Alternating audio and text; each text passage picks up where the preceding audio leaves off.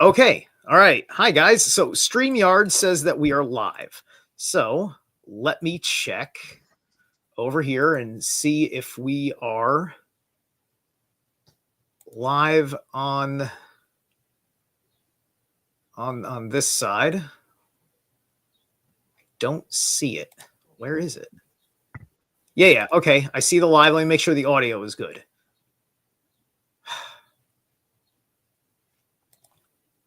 There we are. And okay. Hey. All right. Good.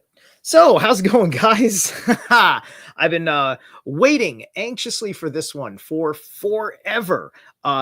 Today will be a new guest. Perhaps if he likes how things go, I'll have him on, and maybe we'll do a an esoteric anime and even just Eastern Easternism and stuff in general. This is Jin the Ninja, who you know from the Occult I'm so sorry, Nick. That was insulting. Where'd that R come from? Occult Rejects Network. So, Jin and I have talked a couple of times. I think we were on a couple of one or two streams, maybe, or something like that, or we just started talking. I don't even remember now, because my life is such a flow state blur at times. But this is his first time on with me. I've been in correspondence with him for quite some time. Jin, how are you? Hi, Zerilath. How are you? I'm really excited. So let me just say that. I appreciate that you invited me on. Yes, we've been talking for a while. Obviously, I love doing anime. That's kind of what my personal, like my own show's about. It's not about anime, but I look at anime as a hermeneutic. So I think that is sort of the impetus. Maybe you saw me with JJ and we did Big Trouble in Little China. I think that might have been it. But that's when I like took notice of saying, oh wait, I want to have conversations with Jin. This is Jin's wheelhouse. I love this stuff. Right. So yeah. So then obviously you reach out and you were like, oh, you like have done a lot of shows on your feed about anime, and I was like, yeah, sure have. And obviously doing more Asian cinema occult review, that's kind of is my wheelhouse, as you said. So it totally makes sense, and it's kind of like a continuation of the series that I've done on my own show, which is like I've done a lot of series on different kinds of anime, not just Japanese but also American. Sure. So shout out my friend Eric at Bazillion Plus. He did we're doing a 4-part series now on Ralph Bakshi. I couldn't think of it right away. I'm sorry. Ralph Bakshi, the rotoscope master. So he has a lot of Kabbalistic color use, ideas. Obviously, the themes are semi-science fiction, semi-fantasy. It's somewhere in between. So very much like Gurren Lagann. So it makes perfect sense, right? Because if you're skilled, he's got a post-apocalypse vibe, or decay is in there. Like Fritz the Cat is society, 1970s society, like dirty, falling apart. People are really screwed up, and like wizards, it's straight up post World War III, million years later, magical beings and monsters have returned.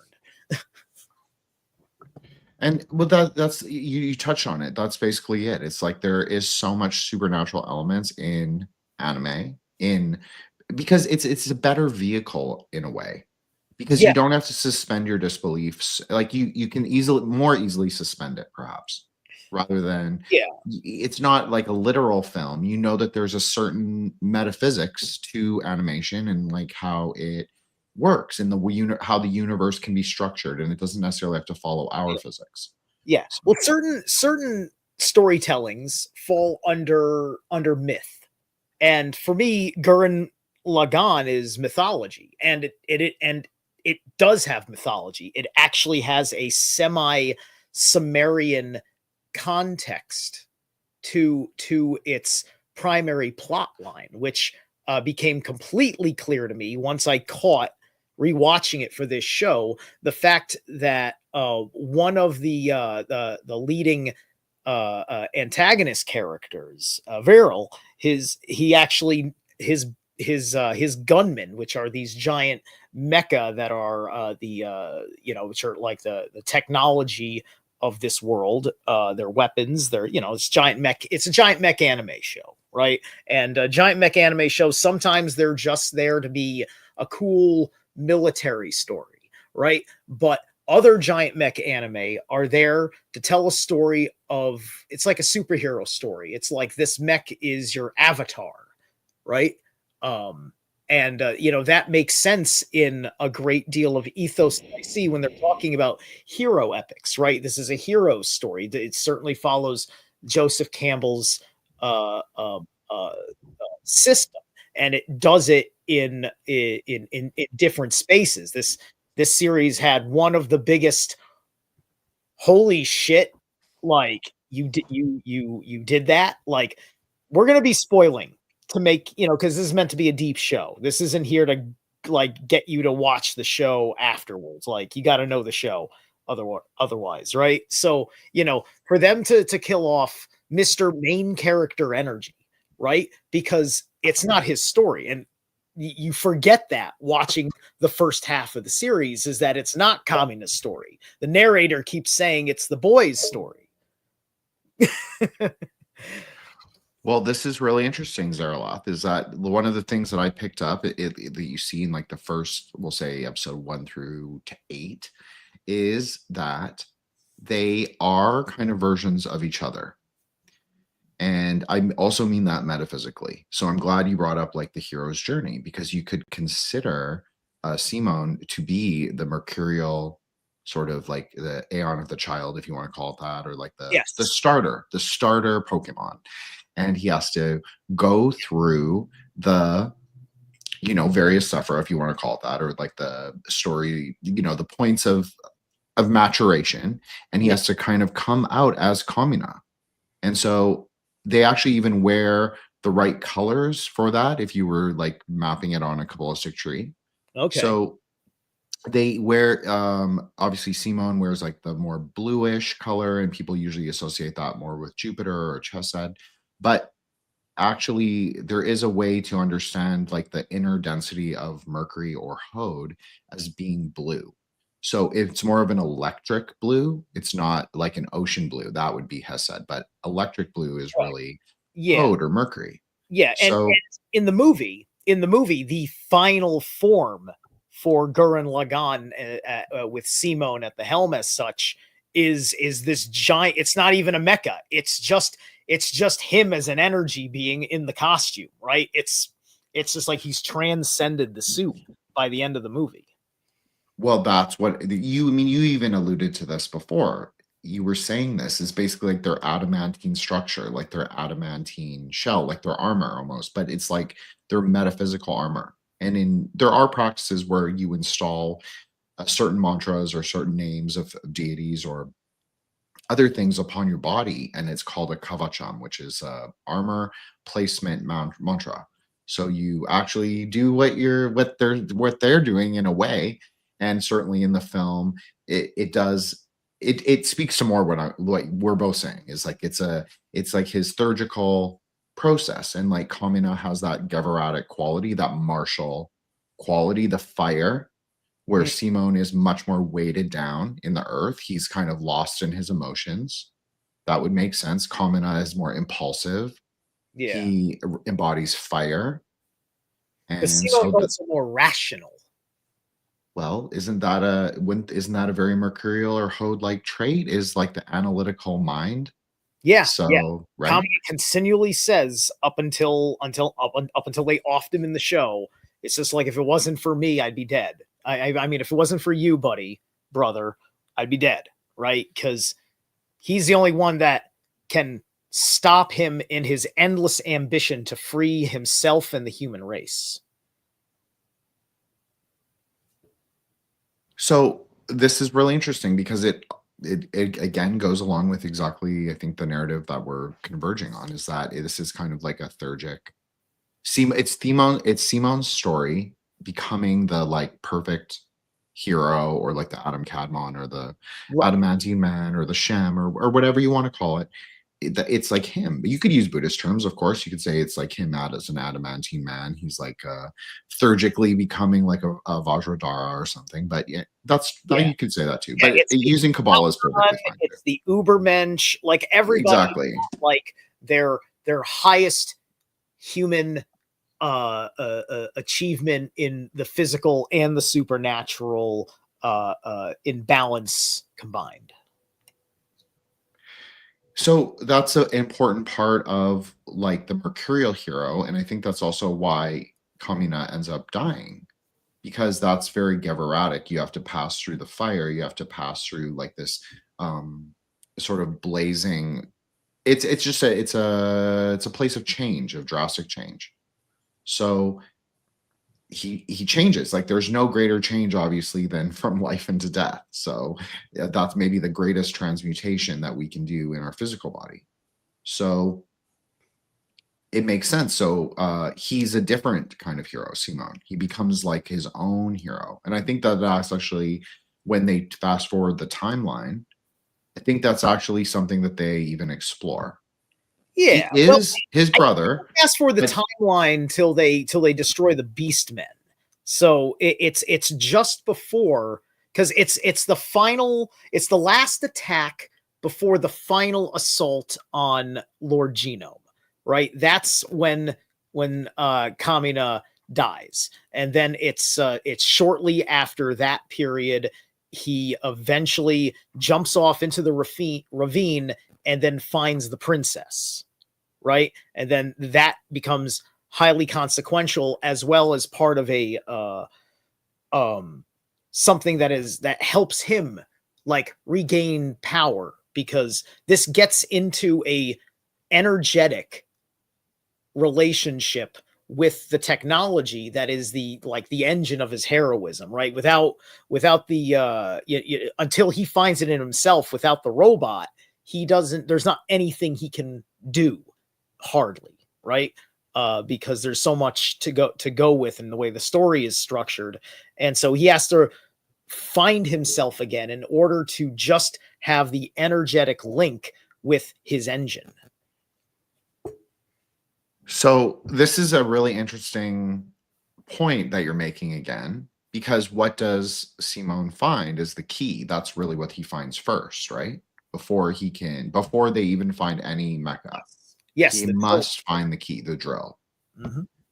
And so this actually makes a lot of sense. This is very like Tablets of Thoth or any of those. It's a very I'm just going to use my usual language, which is Kabbalistic. So he finds the key, the keystone, if you want to call it that. I'm good friends with Heidi Love from the Unfiltered Rise podcast, so we always joke about Mormon keystones, because that's something that they're also interested in. But it's really a Kabbalistic idea. So it's like or even in a order of trapezoids with like their keywords for the angles. It's a very similar idea. So he finds the key. He's the chosen one in a way, but he hasn't quite enacted himself. He hasn't quite become himself. And it's like not until he's tested in the fires of war. They live in the underbelly of the earth. It's cold and damp and not bright. So this is an interesting idea. He exists in like the primordial existence. Yep. Before he hasn't left Plato's cave. Yes, Plato, direct allegory of Plato's cave. Yep. Exactly. I mean, we're speaking the same language. Like he finds the key, he exits Plato's cave. He doesn't really want to, but he has the fire, the Promethean figure, to lead him out. And then he has to develop weaponry or armor, because those can be that can be the same thing sometimes, weaponry and armor. So he has to develop that in order to survive the bright daylight. Well, obviously there is actually an interesting, you could say day and night dialectic that happens in the series, but he has to survive in this bright sort of barren landscape. It's barren in a different way though, because it's much more populous with ideas. It's much more populated by obviously conflict, but it's also he can be himself. He's not contained in the quote unquote longhouse any longer. Yeah, exactly. And that's a very important landscape for the character development, because it's after they beat Lord Genome that the whole pace of the show changes, right? So they defeat all the enemies of mankind, right? They defeat the head of the Beastmen, they conquered his palace, and now they've turned it into a city. And all of a sudden, it went from this very Mad Maxian landscape to, hey, you guys love Neo Tokyo, right? Well, here's another Neo Tokyo for you, right? So now we're back in a Neo Tokyo place, and they actually make this interesting choice to retire these avatars. Officially they were supposed to be destroyed. The civilization destroyed the very thing that saved them, and now it's a place that has lots of collateral, and Simone couldn't be himself, and because he caused too much collateral. Not that he could have known there would have been collateral the way that he did it, but the same. Now there's a government that exists. Now there's a whole like force of law to things. And the result was this is like they took away the keys to his car. And then they make a point later on when the chancellor's friends are all yelling at him. It's just like, that's his soul, equating those keys, the core drill, as the allegory of his soul, which I think we understand that in the vernacular. I think would be the more accurate vernacular is that you've taken his will. That's the core is his will. We are souls. Nothing can take that away, but you can put your will out there, and you're more likely to sell your will than your soul to the devil, right? So this is kind of like the bit, right? Because for me, that changes everything. Like this, this feels awful. Nobody likes him for doing all the stuff that they all wanted him to do in the first half of the series, right? They challenged me in my feelings. Like I was really enjoying how the show changed tone and continued to drive a really, really strong, rational story. So I agree with you ad hoc. So let me just say that. But I also think you said two particularly interesting things for me. So one was the creation of Neo Tokyo. Well, this is kind of an anime metaphysics, you could say, because Japan technically is a kingdom. Like it has a monarchy, and the male line of succession is very important. So you could say it's a kingdom or a Malkuth. It's an interesting way you could think about it. So then obviously the reconstruction of Neo Tokyo is literally the reconstruction of the 10 or the kingdom. So that would be man's natural inclination, right? He's gone through this world of tohu, of destruction. Everything around him doesn't really exist. He has to build it. So that's why Malkuth is the 10, because it's also the 1. So it's just something really interesting, I think, about that. And I think that these things are actually intentional. And I think that the other thing that you said about the will was really important, because obviously a lot of modern occultists or Western magicians would place will as kind of like the primary point in a triangle, you could say. But as a Buddhist, I have to say that for me, I would say that love has to come first. So it'd be love over will for me, which I actually, but I don't think you're wrong. I think that the series reaffirms both as extremely primary.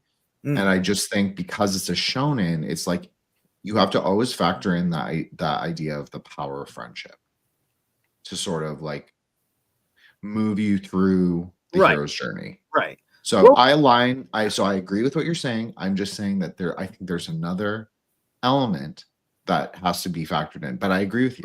I think so, yeah, because Simon's attitude when he's fucking sentenced to death by one of his best friends, somebody that was in the co-pilot seat with him in the final fucking war, the prior war.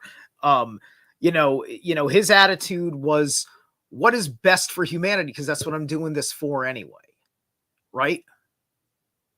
So like his maturity in a certain kind of acceptance, not a fatalist acceptance, I think was really important, because you could say love over will. It's just like, I don't even have my drill, but I love everybody, even if they're making a mistake so much, I'm willing to go through with this if it makes us stronger.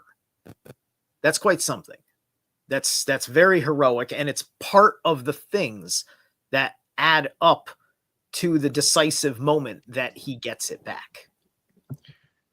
Okay, well, there's another interesting thing that we should discuss, just at least for me, is that I think the drill is significant, not just as like a key, but I also think it's a metaphysically significant implement. It is kind of, well, we would call it a kila or a peg. I mean, I saw it as one-to-one personally.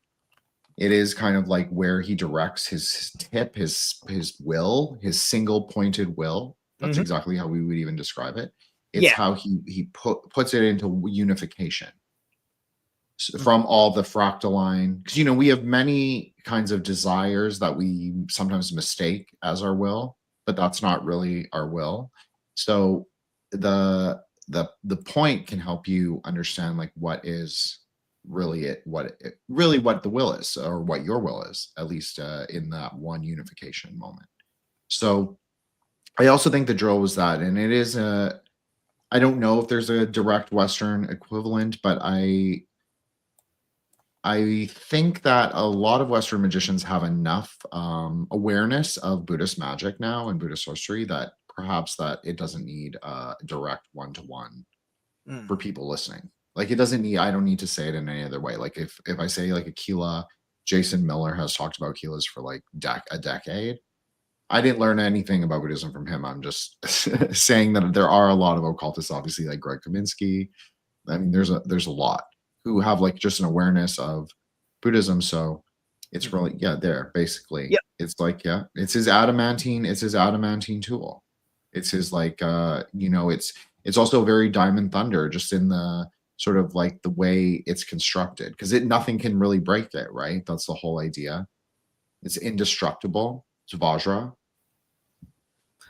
Yeah. It's because this thing, it's an artifact, right? It's implied to be a magical device because the history here. I think this would be a good point to like talk just a pinch, like so people like understand the metaphysical allegories that are fueling the technology that this is all about. That's telling this story. Is you've got I had mentioned that the gunman of one of the main major characters was Sumerian, named Enkidu. So it was named right after one of the brothers that came, Enki and Enlil.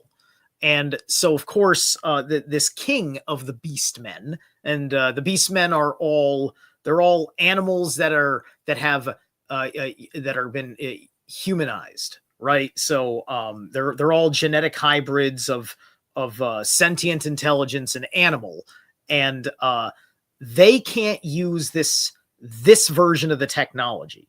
Something like this is special, and the mech that he pilots is different than the mechs that they pilot, because they were cut off from this stuff that makes up everything in this universe called spiral power, right? And so this is getting into in the spiral, this is getting into advanced vortex mechanics, right? Advanced quantum mechanics, if you will, right? When they start showing you what's up, because like in much of the anime out there, this power is an allegory for chi. It's always like a chi some way they want to tell a story with chi in it, right? And I always get that. I do qigong every effing day, so you know, that's why I love anime like this, because my magical thinking needs the living mythos, because it's a beautiful relationship. It's why I care about the arts so much, despite this post-talent world we're fucking living in right now.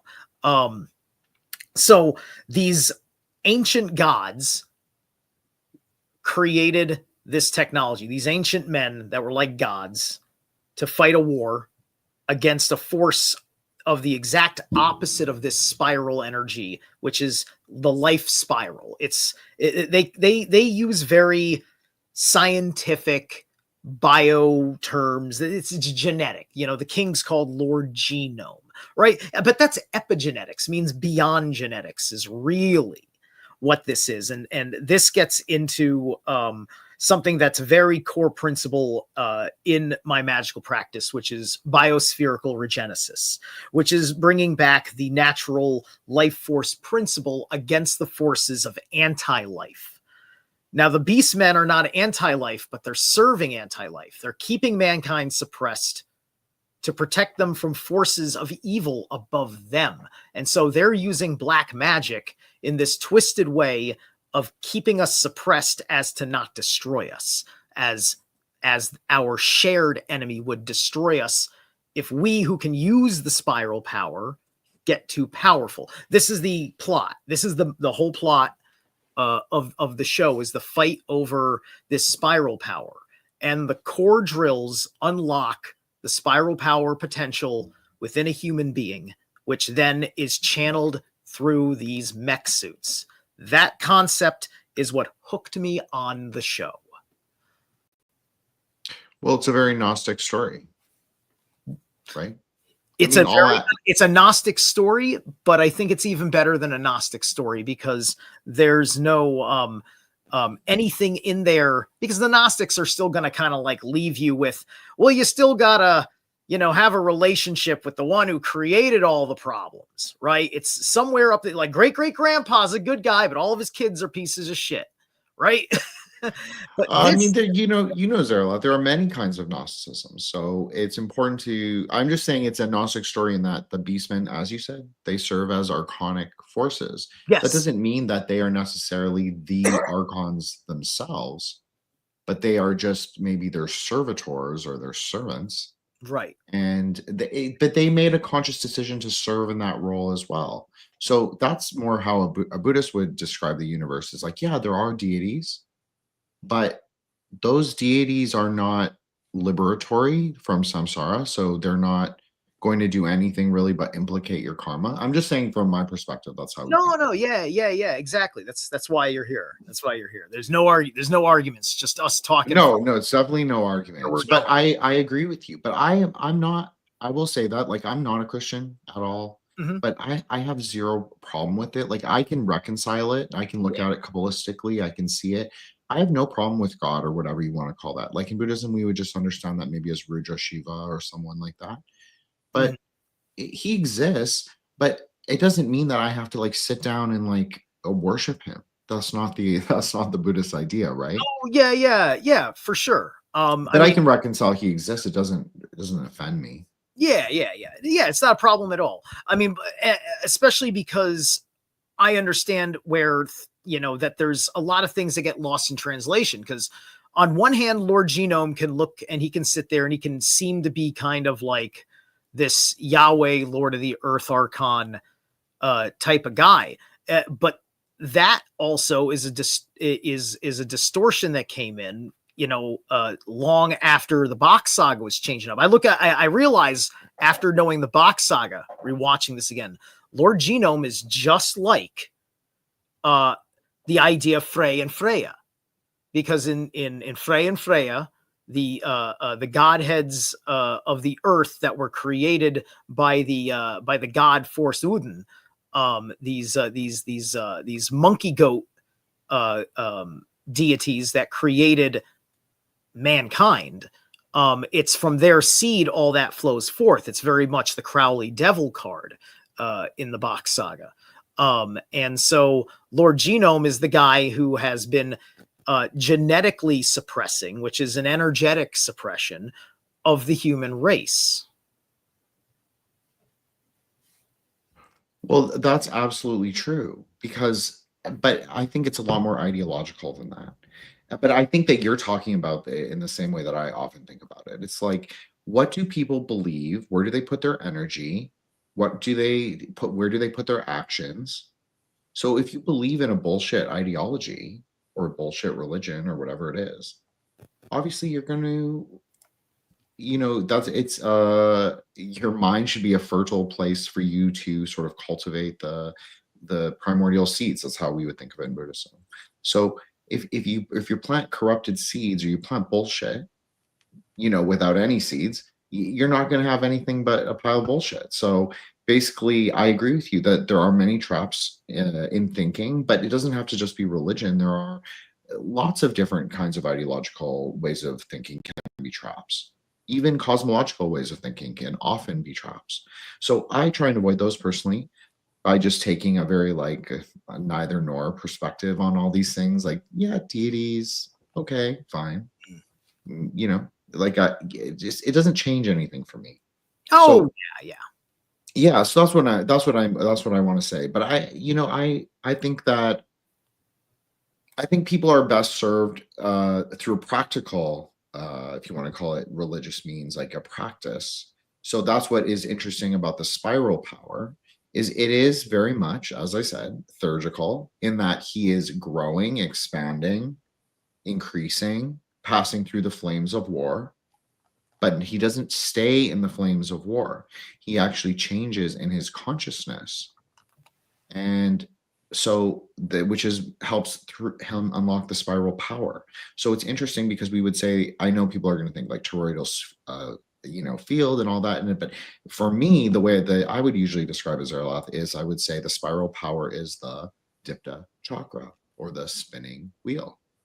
So this is always a feminine force in Buddhism or Tantra in general, but it doesn't necessarily mean a female companion or a secondary female character. It just means like a potential power that is within you that you have to cultivate. And then it can be expressed in greater and greater external methods.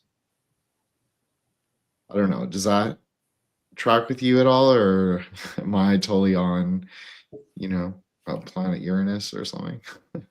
No. I hear you. I hear you. I was just I was just grabbing one or two other visuals. Like you can see here, I got the Gurren Lagann version of the drill, how the drill manifests, and it's basically a drill punch, right? And that's why I say it's like a force of will. Like this is Mars. He's fucking red and he's all about penetration.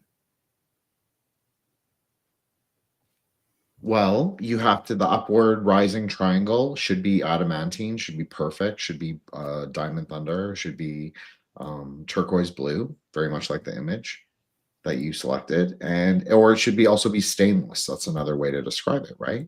So it should, to penetrate the pleroma or the heavens, it should be, and of course, this is another interesting thing. This looks just like a Tibetan Dorji or a Tibetan Vajra because they have the other two poles.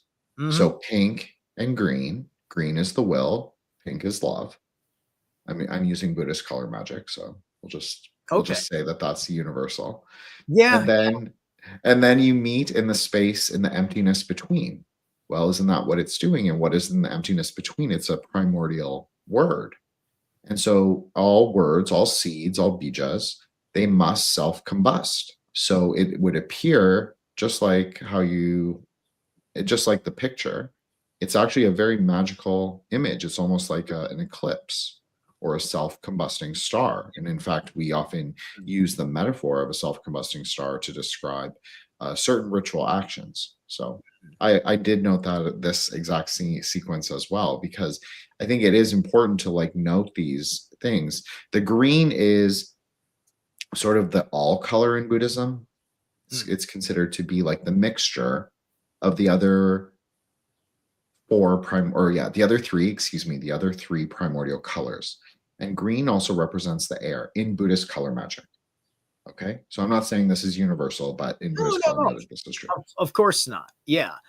For me, my thoughts are more because I don't know too much about the color magics in too many traditions, but looking at the forms themselves, this is very close to the sigil work that I do, which involves how the manifestation of the tripartite soul works. The difference being is that the tips would actually overlap, creating a latent space in the middle of that tension point, right? And then you would basically flip this so it's vertical, and then it's the lower self and the higher self, just like Gurren and Lagann combining, right?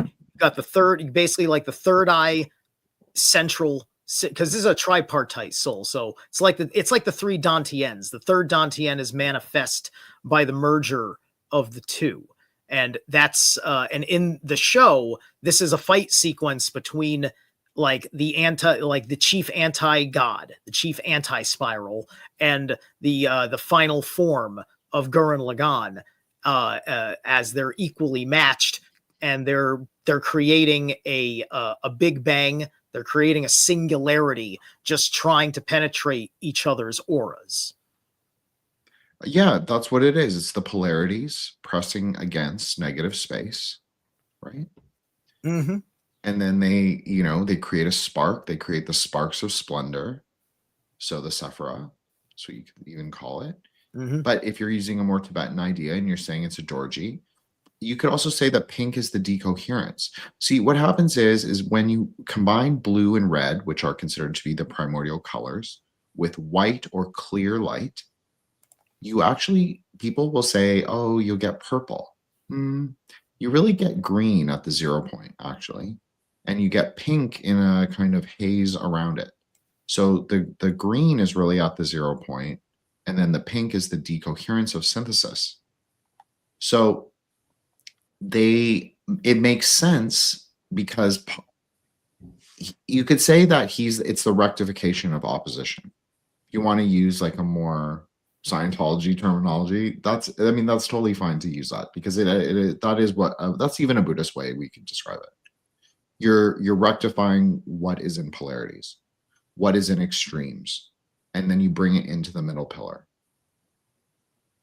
I don't know. Yes, that symbolism that tracks to me. So I just wanted to show off that these were some of these conceptual ideas right there. As we continue the chit chat, there's I can grab a few more relevant images. We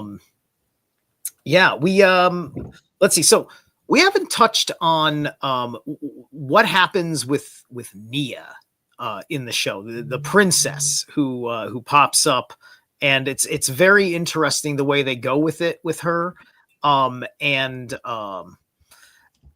think that there's actually, you know what? I am sorry. Before we talk about Nia, we got to talk about a few other characters from the beginning of the show, so that way we're not completely all over the place. Because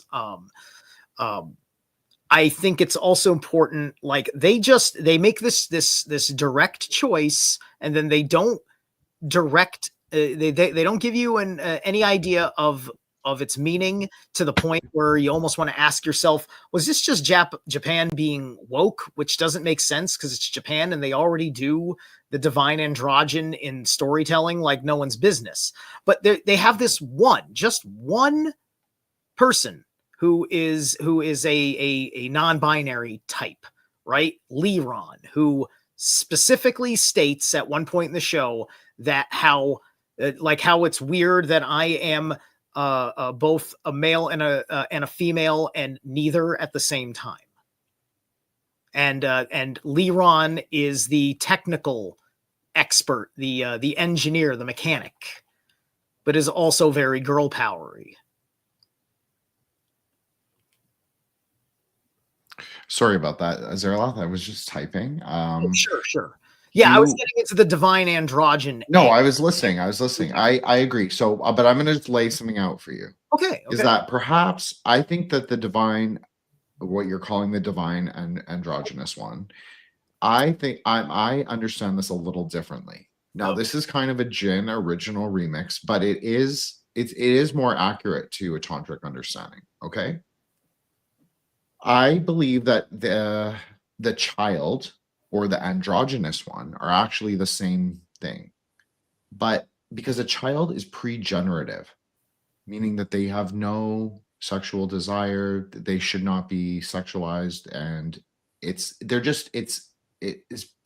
post consent. It's like there's no, that's not the energy, is what I'm saying. That's not the polarity. So there's really three expressions of Mercury. You could say that there is Mercury, the planet or the prince. You could say that there's the dragon or Sirius A, or Sirius B, Sirius B as the dragon, Ketu, specifically his smoky tail. And you could also say Sirius A is the princess.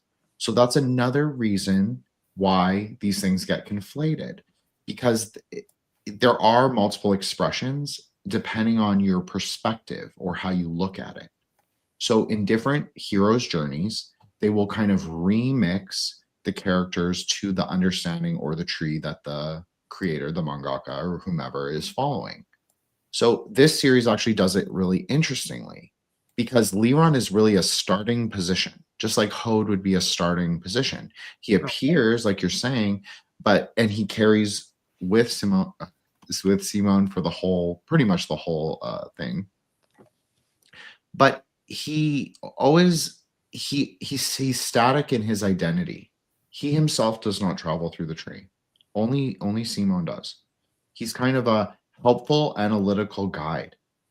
So even though he exhibits sexual like energy and like often says very sexual things and twiddles his fingers famously, it's not, it's kind of just like a distraction. It's really not what that character is. It's kind of like it's like the polarity is out of balance in him. That's really what we would say. So the female characters actually have to come in to embody those archetypes, and you actually do need a princess character. That's part of Yadhe Vave, just very basic magician's formula. You have to have like a king, a queen, a prince, and a princess. So the reality is like to conjoin them is actually incorrect Kabbalah, we'll say, just because there actually is an expression there. And it's an important archetype, and magic is all about archetypes. So let me just say that. But I agree with you, and I think you were on a really good like tangent. So please continue. Yeah, no worries. I threw up a picture. This shows you that's Kamina. This is the guy talking about who dies. He's the older brother to Simon.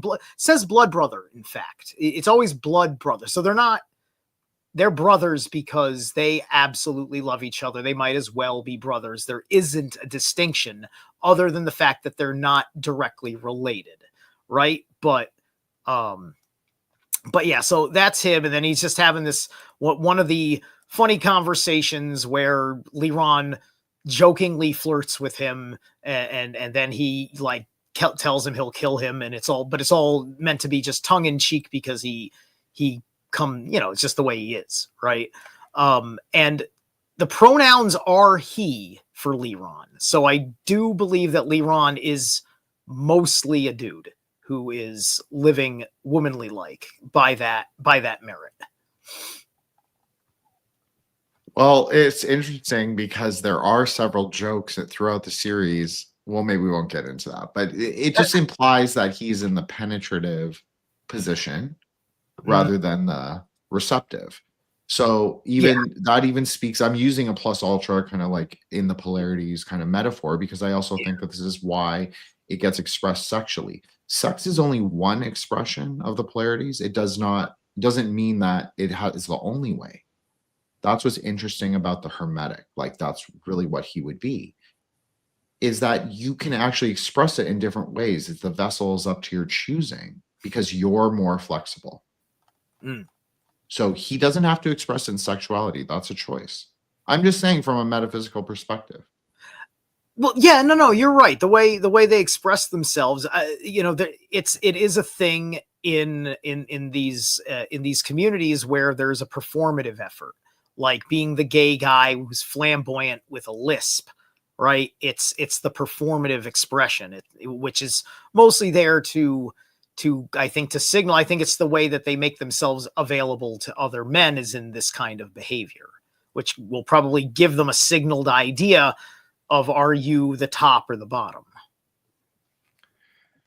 Correct. So I agree, but I also think that what I'm not using a pun, but like what rectifies his character is actually this is the later introduction of the female love interest, who herself, as you said, is a princess, and she herself is the rectification of opposition because she's half spiral power and half anti-spiral power.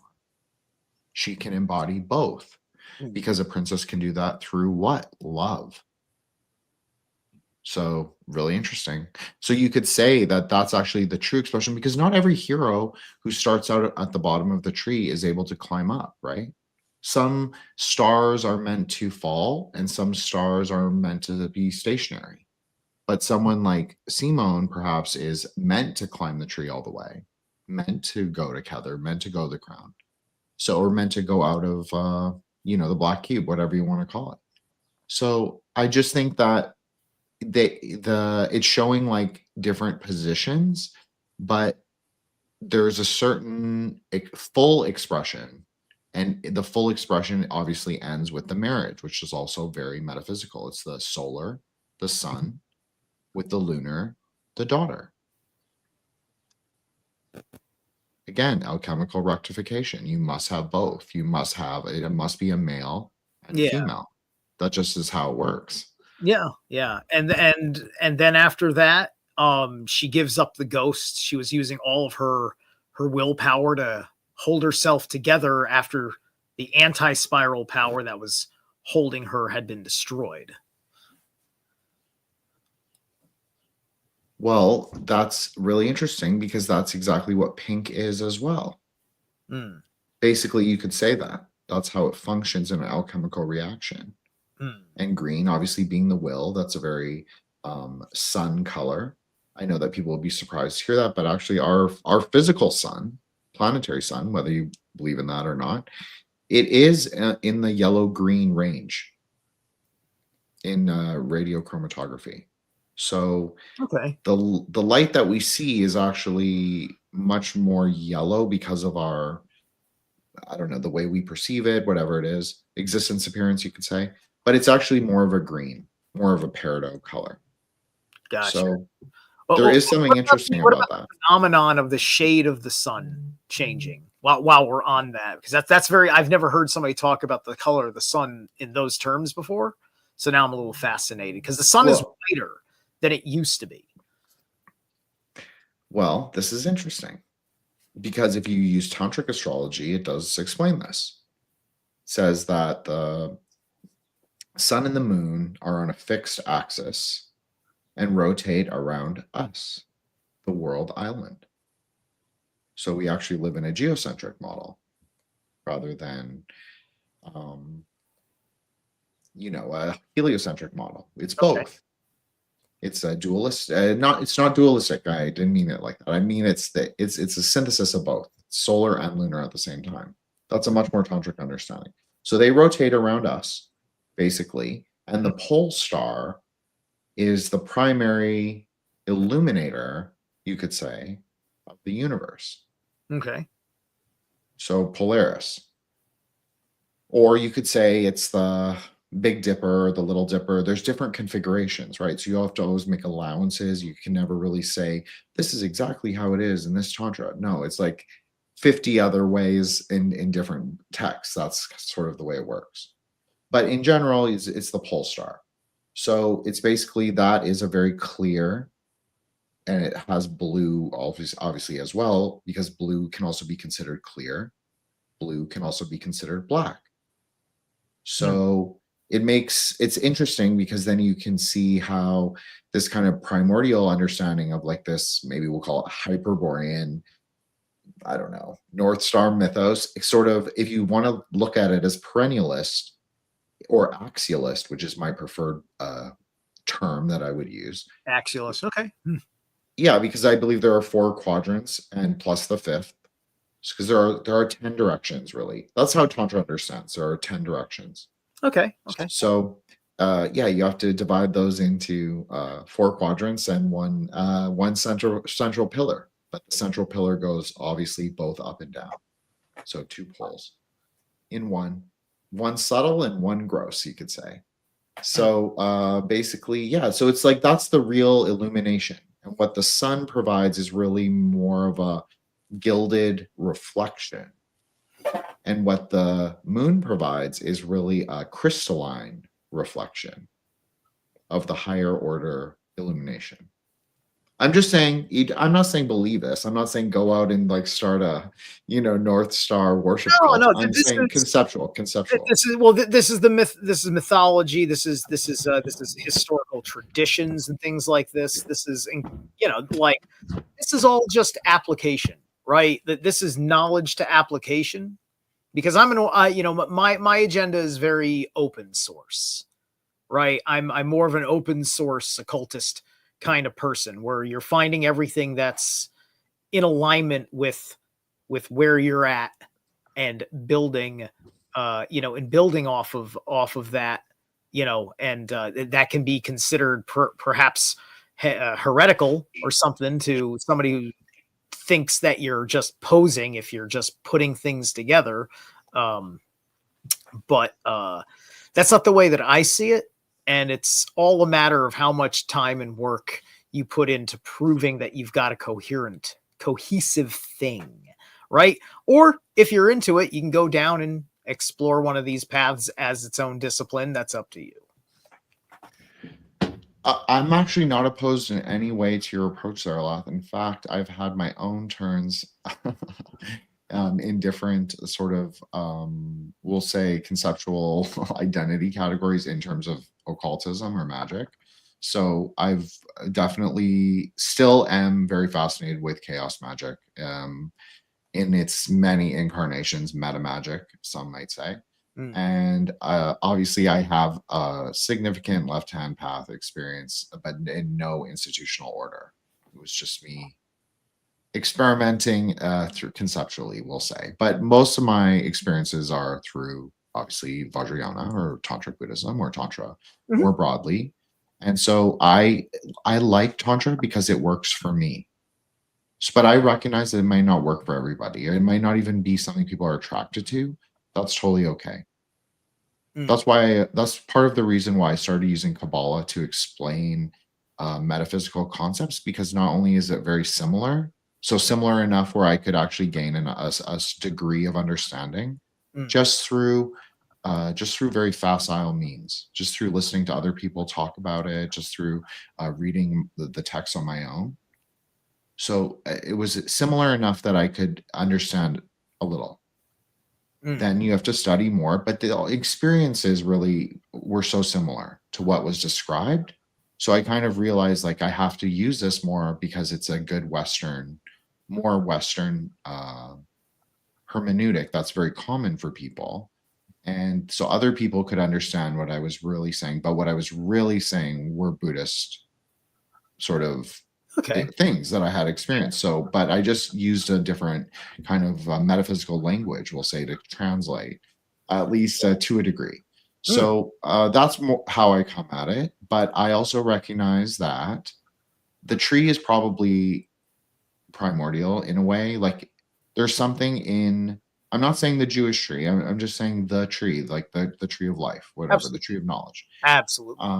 I'm saying that there's something primordial in the tree, and it forms the basis for all religion, institutional or secret society or magical, and that you can map sort of phenomena that you see if you have a certain degree of knowledge. You can map phenomena that you see onto the tree, onto the sephira, or onto the paths. Yes. So Yes. that's what I think happens a lot is that people use the same kind of meta language, which is Kabbalah, to Hmm. describe other to like they use that in their magic, whether they understand that or not.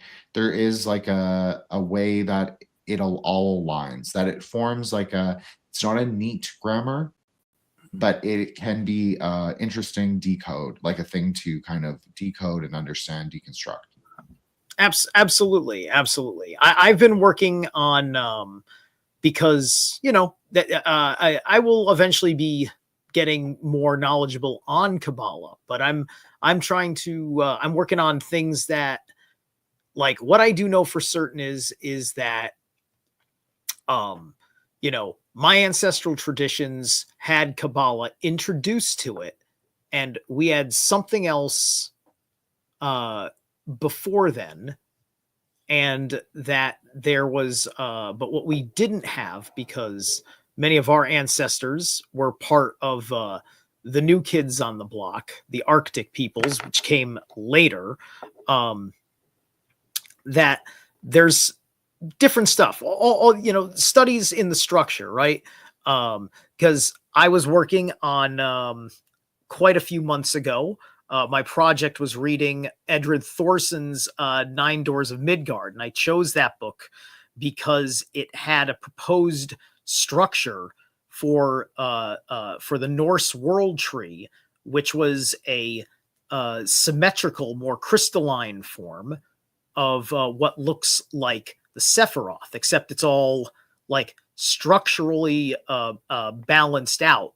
There's a proper place for what would be the equivalent to Da'ath, as opposed to sitting in that void space. And it and other studies outside of that book concur with it, from some of my other metaphysical research, which is why I like to put things together, because I learned a bunch of other stuff before I came into studying the traditions, from looking into spirit science things while New Age was not destroying itself yet. I wasn't New Age, but it was the well I had to tap to look for information at the time that I was learning all this stuff. And so uh, that's one of the interesting things, is looking at these reconciliations, because this gets into the whole way I look at the anti-spirals. Because for me, the anti-spirals, in the show, the anti-spirals are simply going counterclockwise, right? Mhm. But Great noticing, Zerilath. That's a great yes, point. but the real anti-spiral is the Fibonacci sequence, which is part of the growth process on this planet at our axial tilt, as opposed to when we were in paradise time. Paradise time was the biospherical regenesis. That's when most of the Earth was a tropical climate, and thus guys like him would get so big we'd confuse them for dinosaurs. Yeah, genetic potential was a very different thing in the paradise time, according to the Box saga, and you can get a hint of that from lost texts of historical documentation coming from things like the Sumerians, that are yet to be really fully explored and appreciated for what they were saying was here on the earth. And so there's a different calculation for the natural spiral, which doesn't produce itself naturally, but would actually be more. But they did the math on the numerology of the sidereal based spiral, and it like, I think it's a tighter spiral, and so thus it puts more life force energy into a more concentrated into the same area, because the twist is tighter. I believe that's, I don't remember it all off the top of my head, but I know that early Ashiana Dean stuff kind of cosigns with this. So that when I started understanding that stuff, which was way after the original time I saw Gurren Lagann, it made me think of Gurren Lagann, right? So this is why Gurren Lagann just keep coming up as being like, wow, Gurren Lagann was right. Wow, Gurren Lagann was right. And so that's why I'm here talking about the show, right?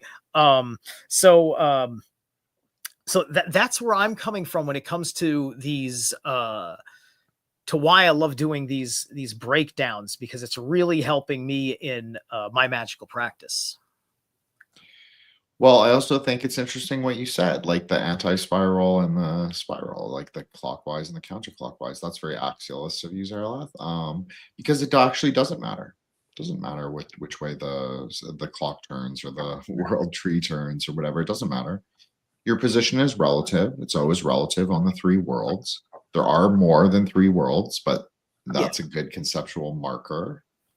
And yeah, so basically it doesn't matter. So it just be non-dual and middle pillar, and it's all good. Yeah. Because like the thing that I do find interesting, because once again, like this is this is a truism about like in magical practice across places, you draw your magical circle clockwise. To draw things clockwise is to quote do, and to draw things counterclockwise is to quote undo.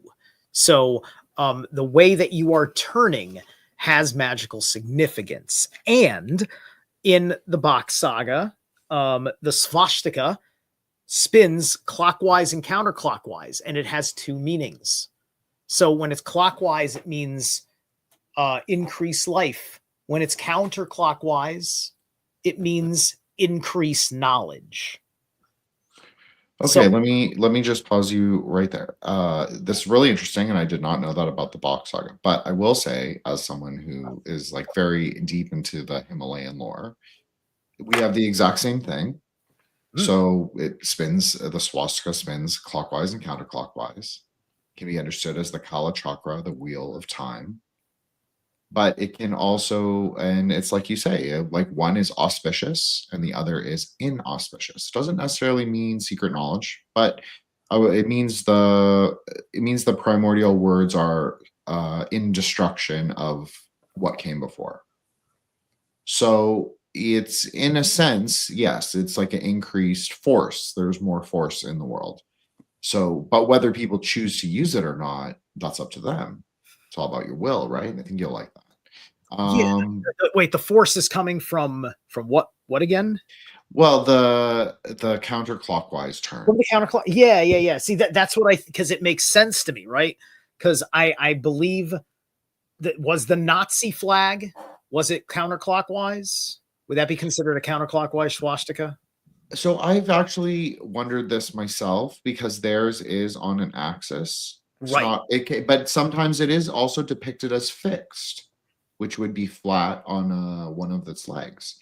So those would both have different meanings. I'm just being honest. I'm not trying to I'm not, trying to get out of a difficult question. It's just that they both have different meanings.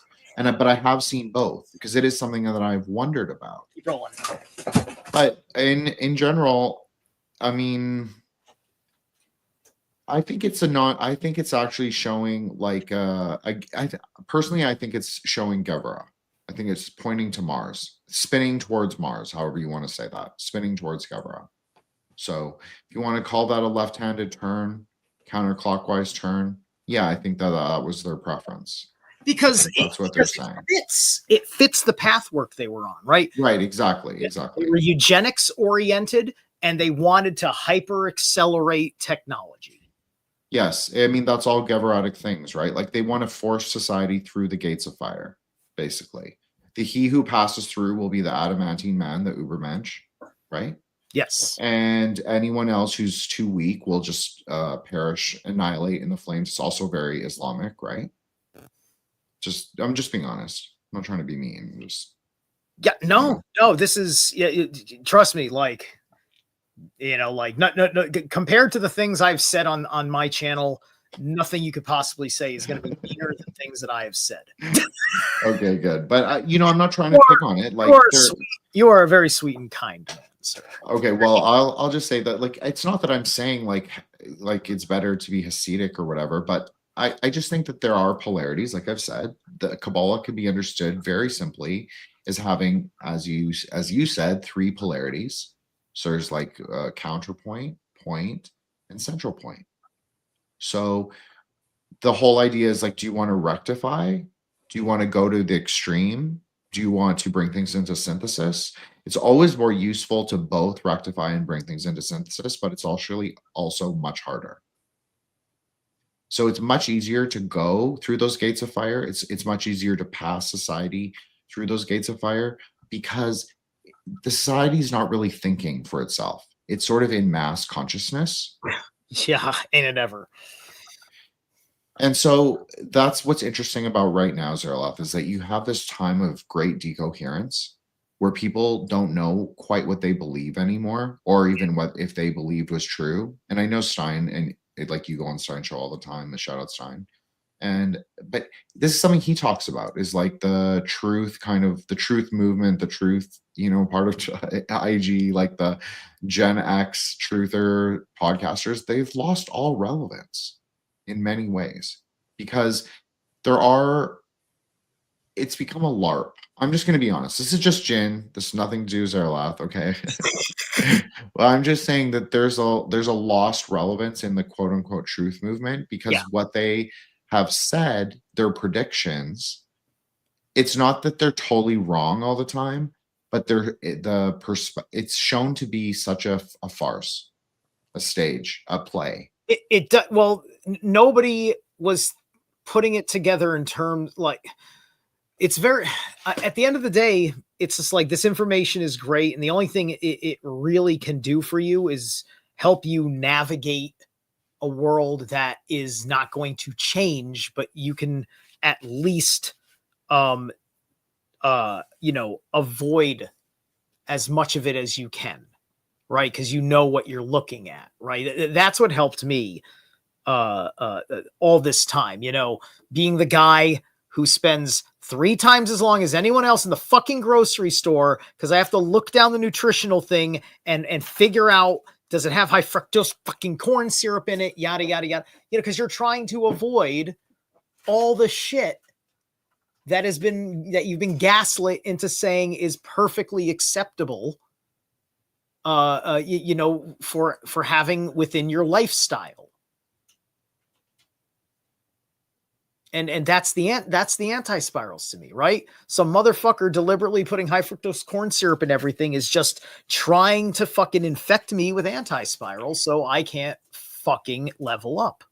Okay, well, this is a great point. This also refers back to that image you used of the pink and the green and then the spark in between. Mm-hmm. I didn't mean to rhyme. I really didn't. It just was totally accidental. But listen, we are scalds here, sir. We are poets, scholars, bards. Of course.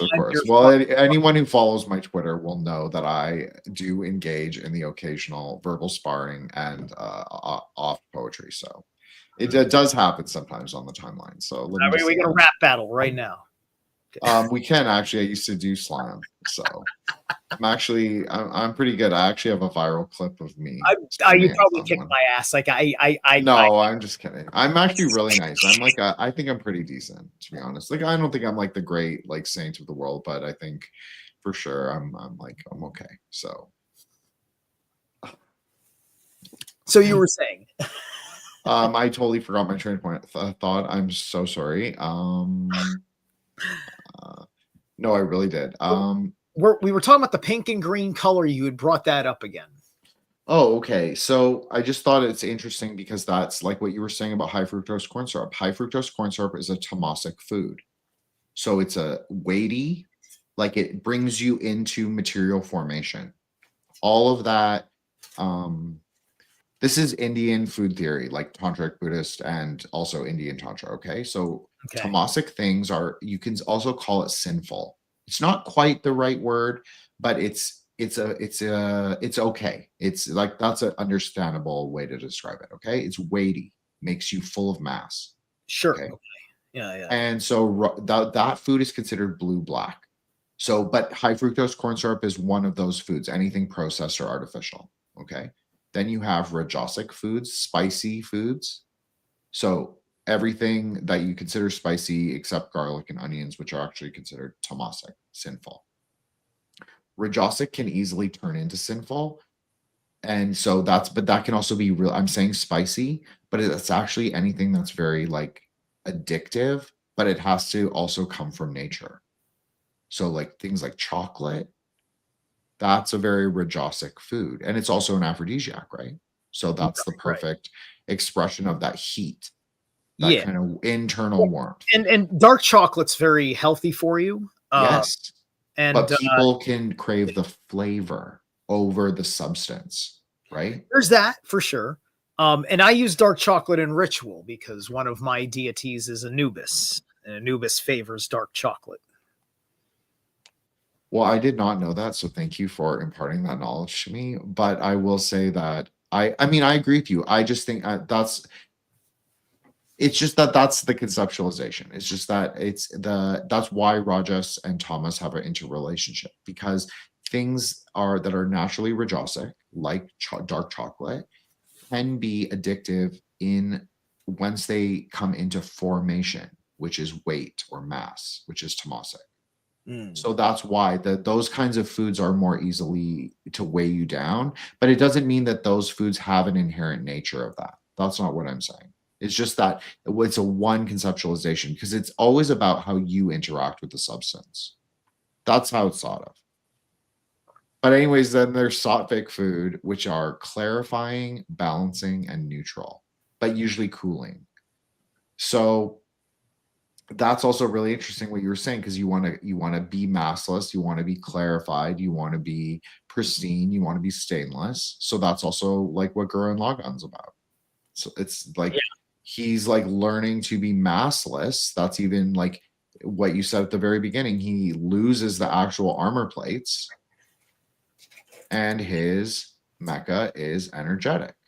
Yeah, and he doesn't just lose it; it gets stripped down. It's That's such a cool scene, because it's just everything just gets like he's in the ultra form, and then he's in like the super universal form, then he's back down to like the planetary form, then like the big ship form, then just regular Gurren Lagann, and then he's just in the headpiece, and then he's butt ass naked in a fist fight with a shadow. It's fucking epic. That's the movie version of the ending. Well, let's talk about the series style, because this is something that I've done with my friend. Just before, hold the thought on the style, because a best segue. I had this question I was just holding for this moment. Was I did actually want to talk about food in Gurren Lagann, because they make they make a big deal early on, because they're in starvation mode. For the first few episodes. Yes. There's the sacrifice. There's the sacrifice of Simon's familiar, his little pig mole, Boba, I think his name was, or something. And he gives up a portion of his tail so he can feed his friends so they can fight on. And I was wondering if you had anything to say on that. Well, I think that the whole idea that is kind of what I was saying. I know it sounded like very conceptual about the food qualities. Sure, yeah. That even correlates to that. Like the meat is considered to be can be tamasic or rajasic. Now that would be rajasic, because it's actually out of the spirit of giving, so the spirit of loving kindness, and so you give something of yourself, so the hero can. Because without that sacrifice, or that like imparting of the flesh, how could Simon like have the energy to move forward, to raise his internal temperature, you could say? Yeah, exactly. He could wield the spiral power. Exactly. He probably would have picked up anti-spiral power if he decided his pet was looking mighty tasty, and it wasn't the pet's decision at all, right? That's part and parcel of all the little things that they do, and then later on, and they do this in the TV show, but not in the movie. It's interesting the way they change things around, which is largely just for storytelling time. That animal then goes through a spontaneous evolution and becomes a full-blown beast man who enters the fight in a sense. So it's so interesting because we should have talked about the Beastmen earlier. Yeah, we should have. But we should have. But it's so they're really interesting because in Buddhism we do share this realm. Like the human realm it's our realm. Like that's the one thing about Buddhism. It's very like human centric, anthropocentric. Like this is our world. But we share it with animals. So they are part of our world, but they have a lower state of consciousness than we do. Because we have to make choices. Like we have to make like much more impactful karmic decisions on their lives. So it's not that necessarily that we're higher. I know that this is very contentious for people. I personally think we're higher, but I think it's like you have to also navigate that relationship with loving kindness. But that doesn't just mean like the, Jesus like walk all over me idea. I'm not saying that's right. That's actually not the right way to understand loving kindness, even from a Christian Kabbalah perspective. I mean, but like, that's just what common people think of. I think people if they just look at animals in general with an open heart, right? It's just like, and it's not that we shouldn't be, because I do think we actually are designed to have some meat in our diet. Absolutely. I agree with that. Which is why I think the show bothers to make this kind of statement, to say like, no, we're not promoting like a vegan ethos here, despite all these little things, right? Long story short is, and because of the time this film was made, that's a legitimate, that's a legitimate like question, right? Because veganism was trending very well at the time that the film was put out.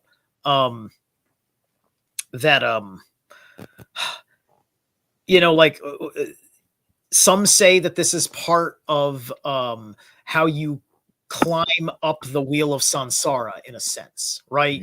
Like where you have your soul goes through journeys that eventually you reach canine, and if you incarnate as a canine, you have a life to graduate as a canine, and then you get to be a human.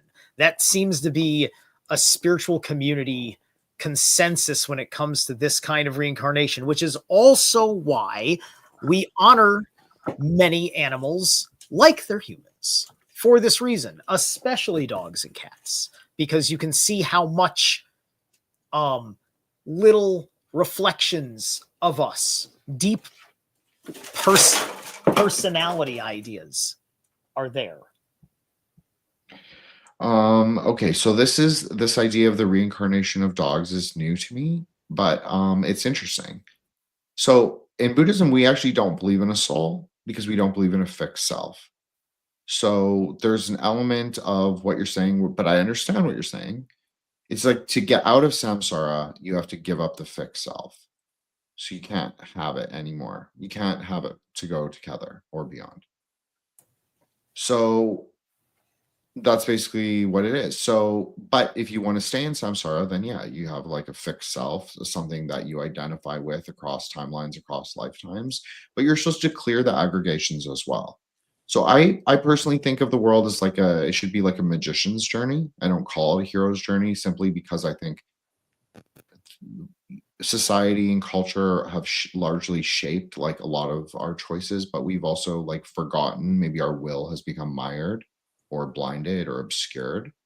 So perhaps we forgot, maybe we dimmed, or maybe like the cultural or societal perception of like that idea in magic, like to know your will, it was considered transgressive. I don't think that's any longer considered transgressive post COVID. So I think that a lot more people are much more cognizant of that kind of Luciferic ideal. And so I think it's a good time to like say like, what is your will? So personally, I don't believe in a fixed soul, but I believe that there can be essences that are transmitted through time. So I'll say that I understand what you're saying. We just differ ontologically slightly. Okay. It's no problem. Okay. Yeah. No problem at all. No problem at all. This,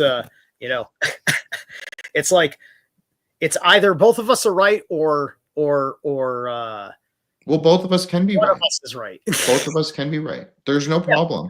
Yeah, both you can have a fix, because it's like I always say, Vishnu exists, like or you could say like the dragon exists, God also exists. Yeah. but they're also parts of our consciousness. It's part of our interaction with those things. So how do you interact with those things? How do you perceive those things? And that's also true in magical experiences, right? Like the things that arise, do we bow down and worship them? I personally don't. Just my perspective. So Right. Right. Right. that's Yeah. how I feel about it. But Yeah. I can acknowledge and respect those things. Yeah. Yeah.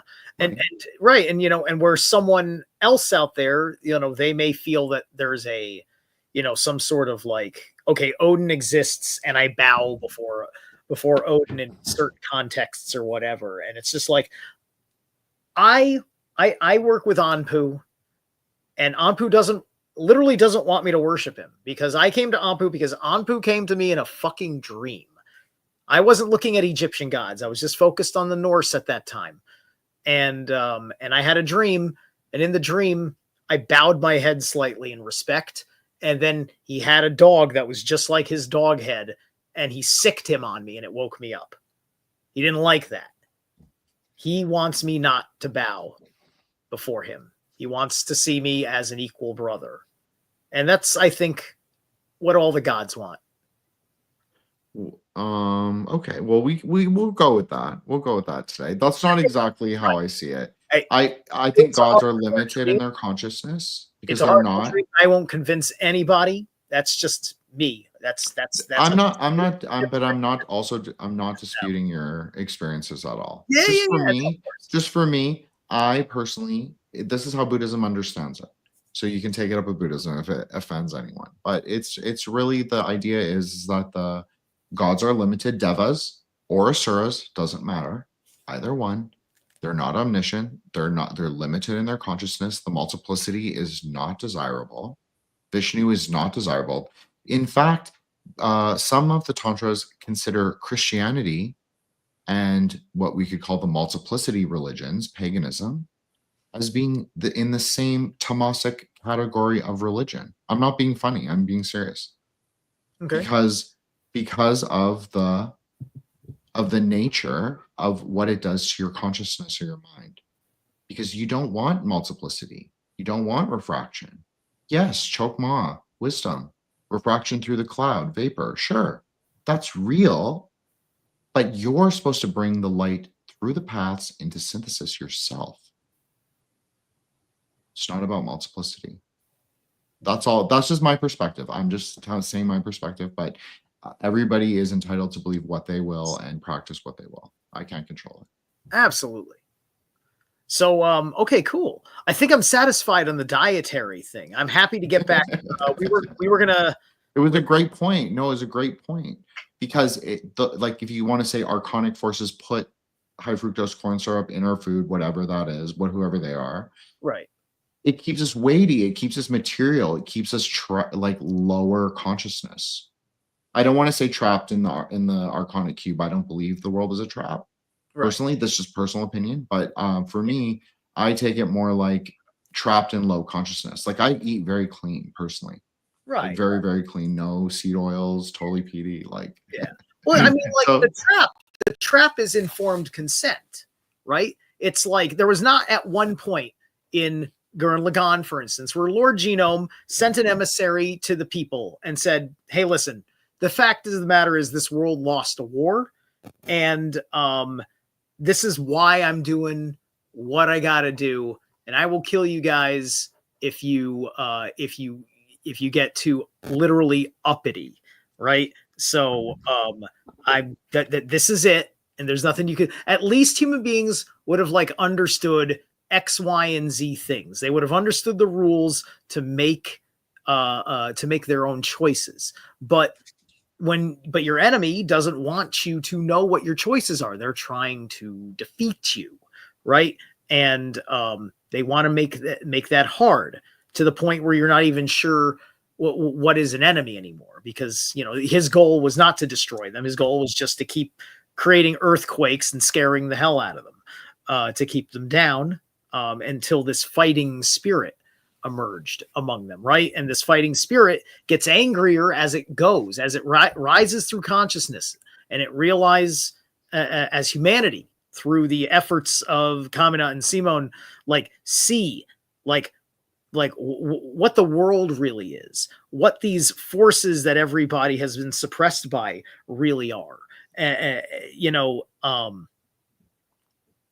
they learn lessons about what is right and wrong through this process, and all of this stuff informs the character of these people towards when they finally beat the Beastmen, which I think is also an allegory for, I don't want to say paganism, but I want to say it's an allegory for literally men that were beast-like. You know, like Norse. Norse. We want to transcend the animal The consciousness. Viking age, when they were just being Vikings, you know, that's beastmen. Well, I mean, I would see it as we want to progress. We want to transcend animal or beast consciousness. It's not desirable behavior like the, beasts. But I also think that the beastmen are interesting because they do represent, as I said, the animals share our human world. We have to live with them, and we also embody the traits of those parts of consciousness. Because if you have like a Buddhist or even a samsaric, Vedic, whatever, Vedantic worldview, then you believe in the cycle of reincarnation or rebirth, as we would call it. But so you can have animal rebirth, but it's not just dogs. It's any animal. Usually Tibetans will say fish are a frequent kind of rebirth. So Tibetans none of them eat fish because fish live and die in very fast life cycles. So if you think about it, you're born as a fish, you die as a fish, you die really quickly. Like you're using up all the bad karma really fast. So if you eat fish, you're actually disrupting. This is just Tibetan like folk belief, but it makes sense actually. That reincarnation in fish is actually like it's useful for people. It's useful to get rid of their karma, bad karma. So yeah, that's really what it is. So I agree. But the subjugation of Beastmen is like part of the Thurgic story. It's part of like the adamantine, the Adamas, the Shem. It's part of Shem's story. Is that he has to overcome his animal nature. But as you said, like his pet or slash, because they also raise those as livestock. So even him eating the meat wasn't as mean as like both of us kind of made it sound, but because they actually raise those animals for livestock. So he actually is because that wasn't a livestock animal. That was like he's like a runt, right? The pit bulls are huge. That's a runt. He identifies with them because he's the runt of the litter, and he looked at himself as something small, right? So it's a pet. It transcends it because he bonded. That's right. He's the only pig mole that evolves like this. That's right. That's right. Exactly right. So it's his proximity to Simon. It's his proximity to the polarity. Because Simon's really, it's like, as you said, it's really his story. It's like the hero. If there's the hero, he's the hero. And at the very ending episode, he marries his princess. Yeah, because Simon's impression gave this pig mole spiral power. So in fact, this pig mole has actually is more powerful than any other beast man because it's a beast man with spiral power. That's the significance, because that wouldn't have happened if there wasn't spiral power in him, because his energy consistently contributes to the fight. In the movie, when he doesn't transform, he does, however, go a little bit Super Saiyan and add spiral energy to what's going on in the cockpit in the fight. So this is another thing we didn't really talk about. Well, you did, but I didn't. It was Simon's head, or his like mecha. That, as you said, that Kamina and him interchange. It's also interesting that Kamina's name starts with a K. I don't know if that was intentional. Personally, I probably was. Just K as the 11th letter. Just so I was think that's interesting. But what was I saying? Oh, so the head. So that is kind of how in Kabbalah, like the adamantine man is described. It's like it all comes down to your skull cup, or your Kapala, as we call it in Buddhism. Like everything that is contained in the world is also contained in your skull cup, but your skull cup is inverse to the Brahmaloka, or the world island, you could say. But the Brahmaloka is contained in an eggshell or a skull cup. That's sometimes how it's described. So both of those obviously form a sphere, but it's a sphere of physicality. So it's like aggregation, you could say. So what I'm just positing is like the whole universe, the whole macrocosm can actually be contained in the head. That's kind of how it's considered. So it is metaphysically interesting that he has to use the head to sort of amend the powerful mechas that already exist. Yeah, yeah. This mecha, it's supposed to have the whole spiral power integration, and thus that is the reason why when a human gets in it, it can do these takeovers, these assimilations, right? It's very much like in a video game where you have to make a certain amount of contact for a certain period of time with a special unit with a special ability, and then when the timer runs out, the unit turns to your color and you have full control of it, right?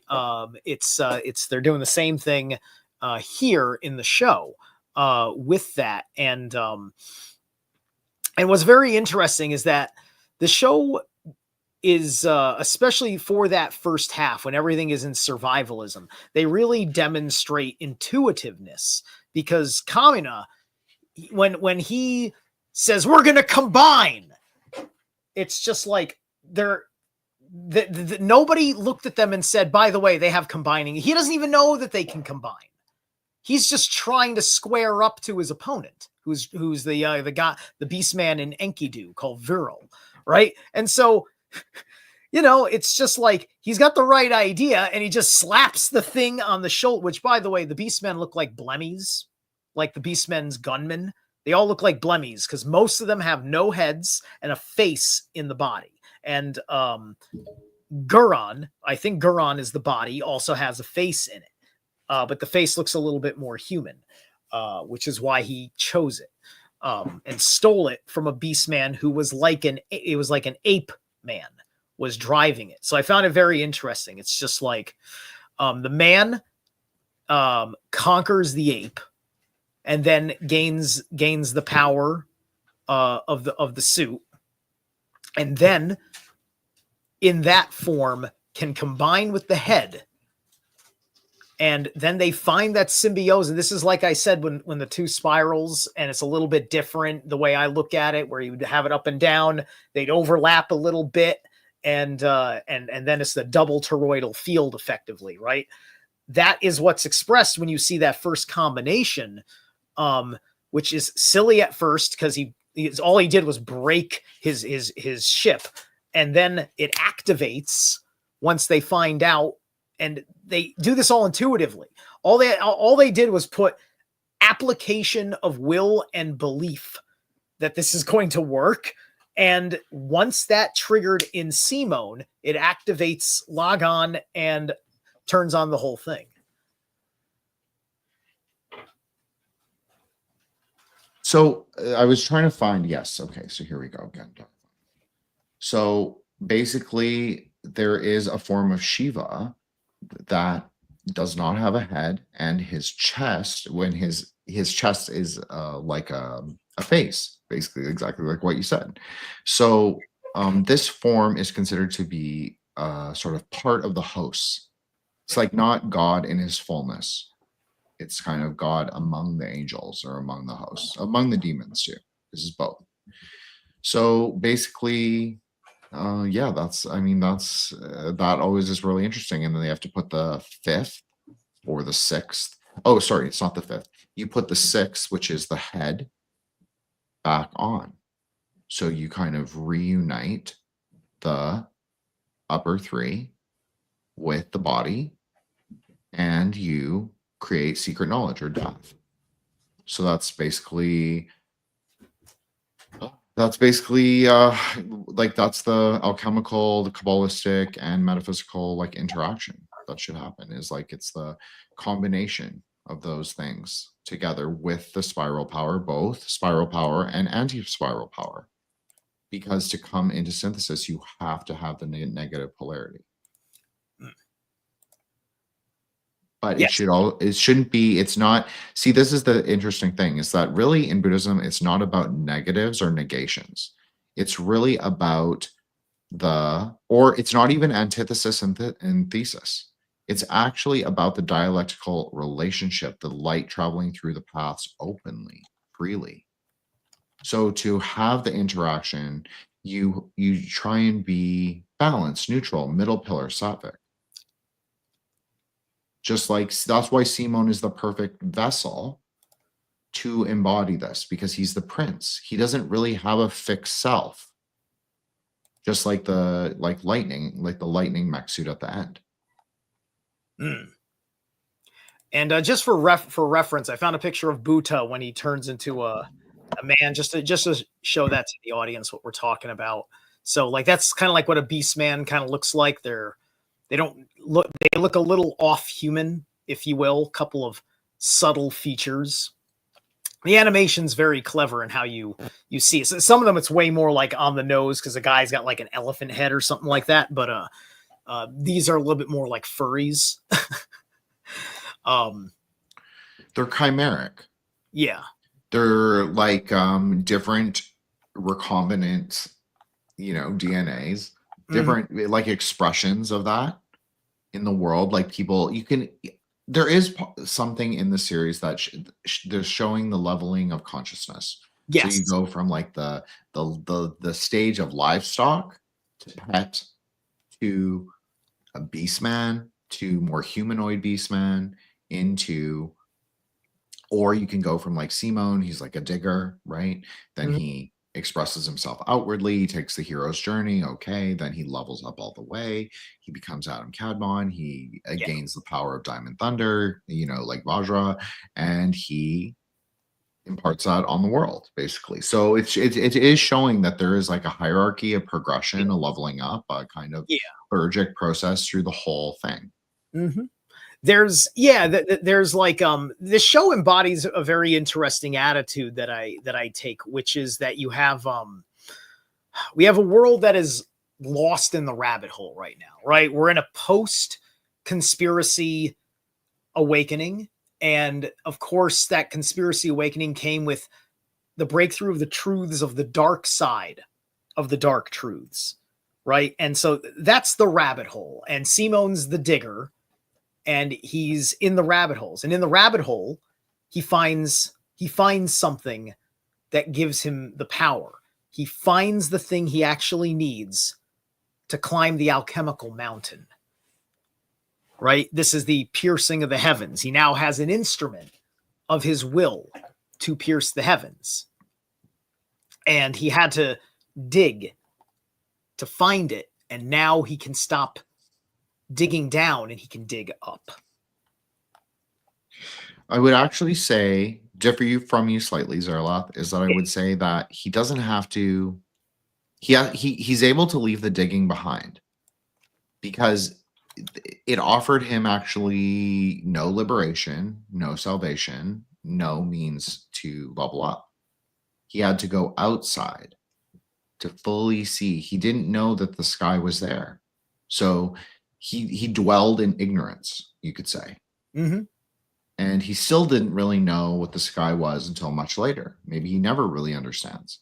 But at one point, he's able to become equivalent to it, primordial. So I just think, it's interesting. You have to clear the aggregates from view. But once you're outside of the cave, it doesn't really matter. He's kind of liberated from that. It's one shackle, one tier, one Sephira, one path. I don't know. It's just a way to think about it. Right. I was trying here to find, you know what? All right, that works because it'll show both. Whoops. Hold on a minute. Just grabbing the right picture. All right. So I'm using it was hard to find a shot on my DuckDuckGo search that was going to work. And you know what? I'm just going to laugh and I'm just going to use a picture that they took of the toys for Gurren Lagann. Hold on a second. Where is it? There it is. All right. So, there we go. So on the right, that's the robot that this kid's been driving from the head. That's got the face in the middle. And then this over here is the other. That's the one that's named Enkidu. So that's what they make Enkidu look like. If you know about Blemmies, they look like Blemmies. Enkidu is a special mech because it has a head, where the others don't have a head. They just have a face on the torso. And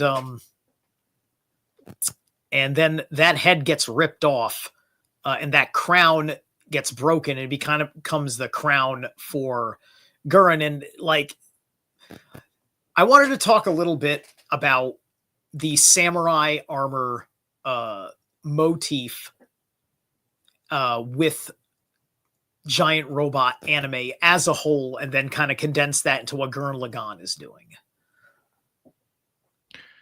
Okay, so I am not an expert on Toku, but I will try and explain the subgenre as best as I can. I do really love Kamen Rider and many of the other series affiliated with that. But I also wanted to point this out, at least shout this out one time on the live, was that I have done a 5-part anime and occultism episode with a fellow podcaster named Montgomery Carlo. So if you're interested, you can go check those out as well. What I think is interesting about this is that Monty definitely understands my Kabbalah. He brings more of a realist, like a more literary kind of like analysis to the series, whereas I go strictly metaphysical. You and I are both metaphysicians. And so I tend to like probably more heavily lean on that. But I think it's really interesting that you brought up the heads on the chest, because again, as I said, it's like you're in host consciousness, and you could also say that that's an archonic consciousness when God is without a head. So that is kind of, as we said, that is kind of the ontological role of the beastman. But then when you add the head to Enkidu, it becomes in its fullness. So it's interesting that the crown is broken. It's also golden. Now you might ask, oh, it's solar in nature. It's actually not solar in nature. Actually, in Buddhism, that crescent does not refer to the sun or moon. It actually refers to the eclipse. Because it's gold, we would have to assume alchemically that is the eclipse of the sun rather than the moon. Oh, okay. Yeah. Because you know what? Even though the gold was there, I said to myself that there's a lot that can be said about the whole color scheme and what the gold is being used for. But at the end of the day, it looks crescent. And I really said, well, it's on the head. It's probably lunar, right?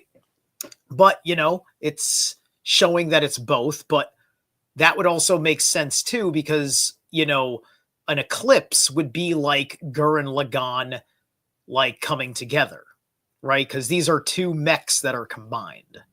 Right. So you are synthesizing, rectifying, you are bringing everything in to synthesis. And so you are also making that you're both drawing from the Diamond Thunder power, and you're also going forth with it.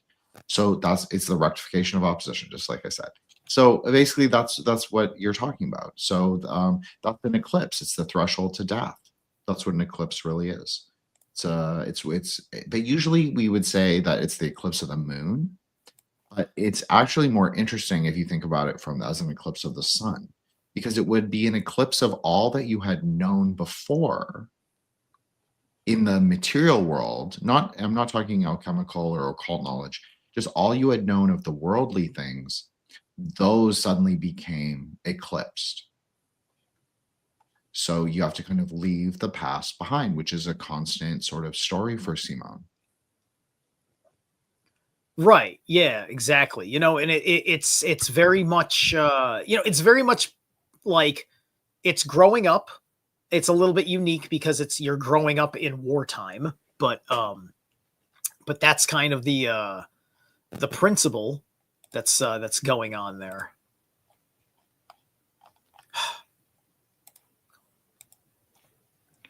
Well, I also think, like, look at his suit. It's red. It's very Gerotic. It's very martial. He has the kind of like the plates that can be either said to be gold or yellow. So that's either Tiveratic or Hode-like, mercurial, or of the sun. they're gold, they're of the sun. If they're more orange yellow, then they're of Hod. But then he has the green. The green is very of Hod as well as Netzach. So it's kind of like the balancing of synthesis. And then the eclipse is apotheosis. So there's no better word probably to describe the whole series and like what it really is than apotheosis. Now the question is apotheosis into what? Right. Yeah, I've been trying to find the right pictures here. If I can, just one sec. I can't get, wait, no, open a window. There it is. All right, share. So I got to share it this way because Google Images is not what I'm used to playing with, but you've got, that's the head when it's not attached. That's what it looks like. It's a very short, stout. It's a head that sprouts little stumps to walk, and it's got some power arms. And then it's got a third eye center where it can pull a drill out. And then the cockpit kind of opens, closes, and it looks like a brain on top, right? And then this right here, if you can see this on the right, and then that's the body part. That's Gurren. Lagann is the head. Gurren is the body, and it looks like a blemmy. And look at his eyes in that one picture, right? And right in the center. No, I'm sorry, of Gurren Lagann. Next one, the one right beside that. Yeah, right there. So you see it's the green flash, but it's actually green luminescent. So green luminescent is of Hod or Mercury rather than of Netzach. It's of the will. It's like the emerald tablet. That's exactly what it's describing. The emerald with light passing through. Yeah. So it's interesting that they use that. And so he's full of will, but whose will? It's Simon's will. Simon has to fuel the power. Not just with spiral power, he has to actually fuel it with will. So there's actually two kinds of powers at play. It also, if I recall, because although there is some good stuff in the emerald tablets, they're dubious at best because of how they're sourced. There is something that existed in ancient Egypt that was called the Emerald Order or the Emerald Council, I think. And that, I am told, is a purer form of the emerald power as it came from. I was just using a common magician kind of like a marker, but I actually understand through the Emerald Buddha, because we have an Emerald Buddha and it's described very much the same way. Like the Buddha's name means speech, but it can also be the name for Mercury. So if you look at an Emerald Buddha with a statue with light passing through, it's exactly what they use in Kabbalah to describe like what light is supposed to look like and the colors that arise. Yeah, it's like a block of ice. So it's I wasn't just using I wasn't just using not at all. Not at all. I'm just, when I know a thing, I just bring, I don't pass a judgment on those things. It's years and years and years and years of work to find all these things and to know what you're doing about it and want to promulgate it of some sort. I found over here, because we were talking about, like, you know, humans becoming what, right? You know, and this here is the final form in the TV show. And that's got the emerald power. It's completely glowing behind him like an aura. Yeah, because he apotheosizes in that image, into the dragon. Yes, exactly. So you remember at the or I don't know, remember when, but we were talking about the like astrological sort of signet or the astronomical color of the sun. Well, you notice in that image, the background is very peridot. It's not pure green. There's yellow with it. That's a very draconic color, peridot. So it's interesting because that is like exactly like how the dragon would be said to be, as well as like I'm talking about Rahu and Ketu. And so there is a quality of Ketu, meaning the smoky tail of the dragon, the thing that eclipses, in this case, the sun, that is very affected by the powers of Mars. So as I said, like the mecha is Geveratic, it's martial, it's red, it's that fire, but it's fire with other things, because if you light a flame right now, it's not totally red, right? There's multiple colors of splendor. There's even blue. So you can even, to go back to your point, like you can also say that Dath is in every Sephira. That is a common understanding.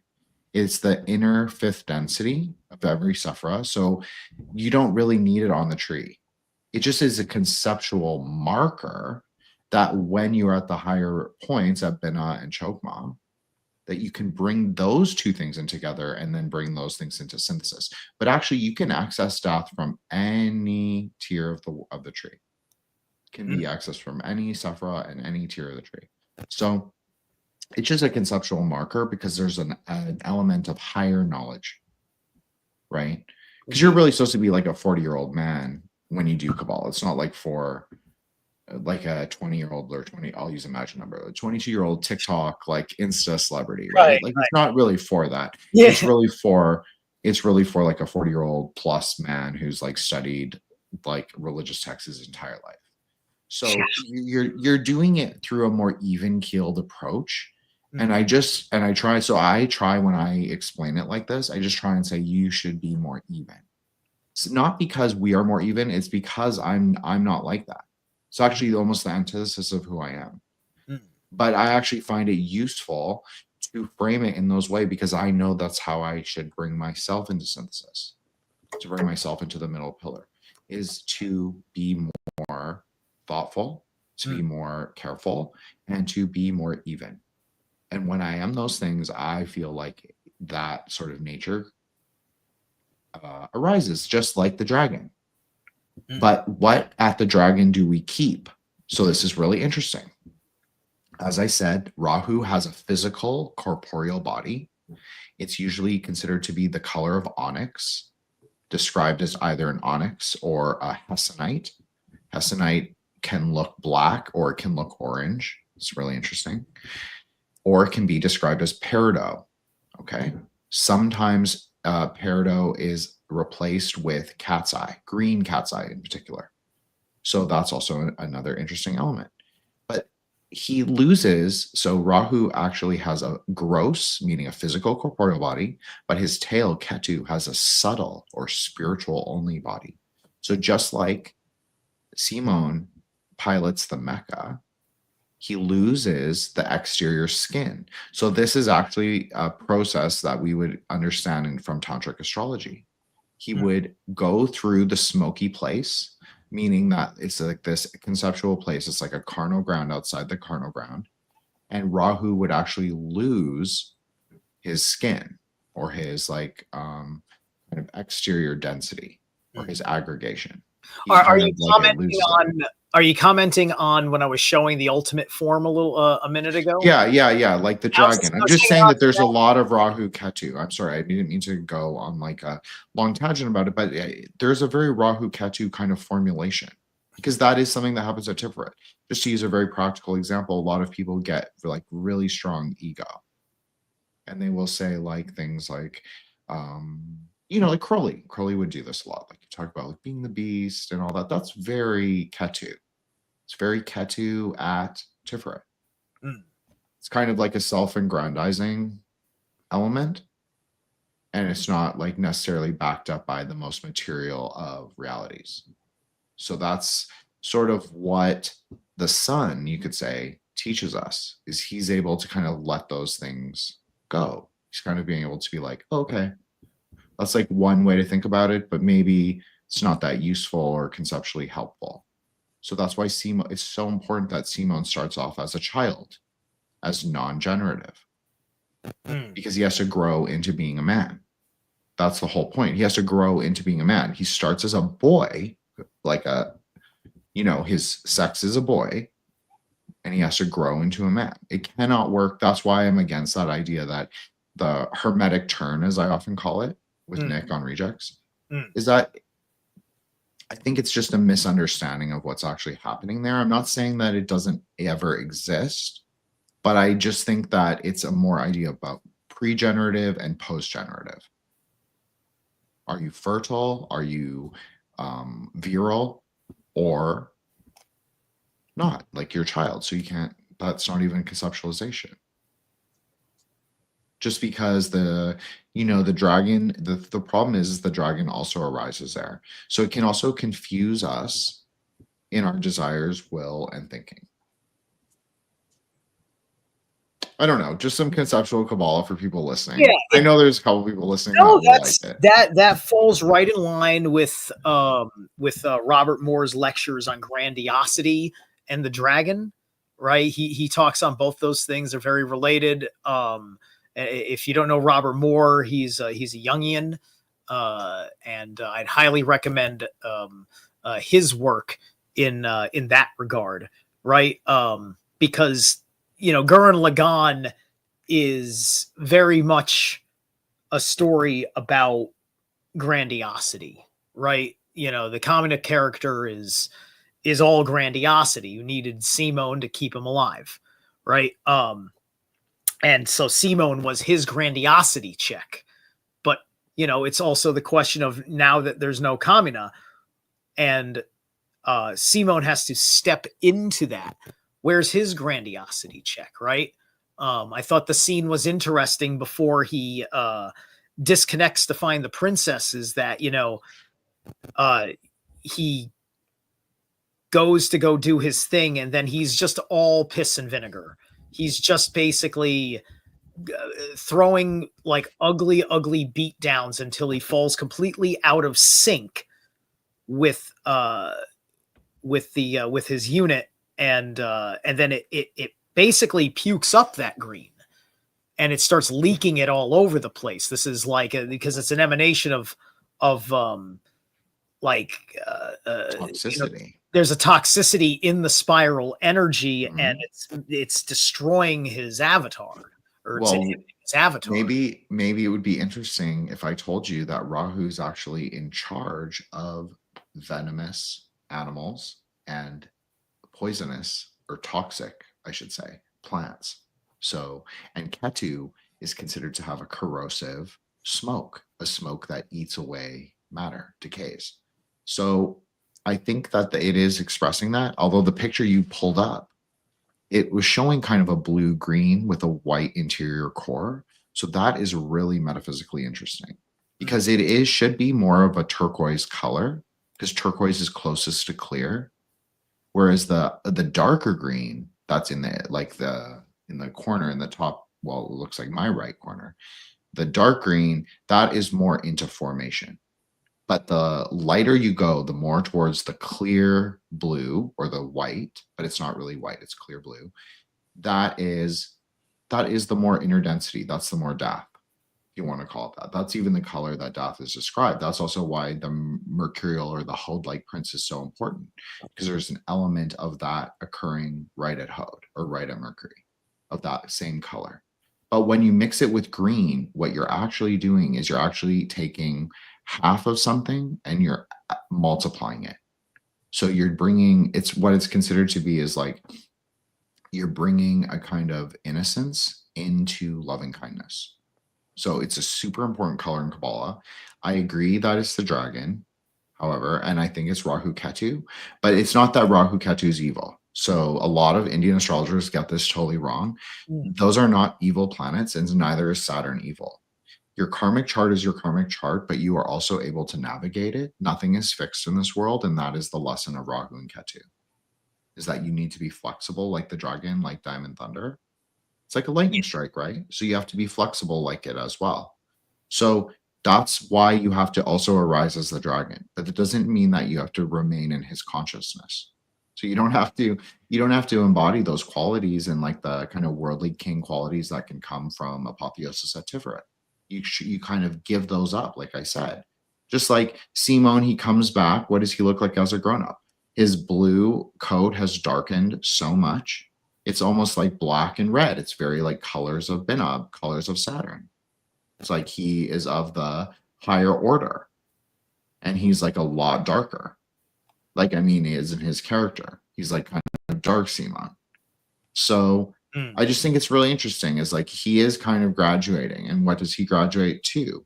Well, in order to escape the cube, as I said, Rahu has to leave his skin behind. So to go into smoke. So that is how you get to Diamond Thunder. That's like part of the apotheosis. But it's not really, it's like people are going to misunderstand that and think it's some sicko weird thing. It's not really about that. It's really conceptual layer, because what is Rahu? He's brittle. He's like, as I said, it's onyx, it's glass-like, it's technological, as you brought up at the very beginning, this kind of neo-Tokyo techno society. That is very Rahu.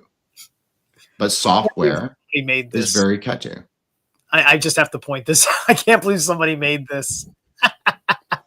Me and the boys piercing the heavens. Okay. No, that was excellent. Yeah. Thank you. No, it is a funny meme. And it is, because it is. It's like I said, it's piercing the pleroma. That's what even the Kila is for in Buddhism, is for piercing like the heavens.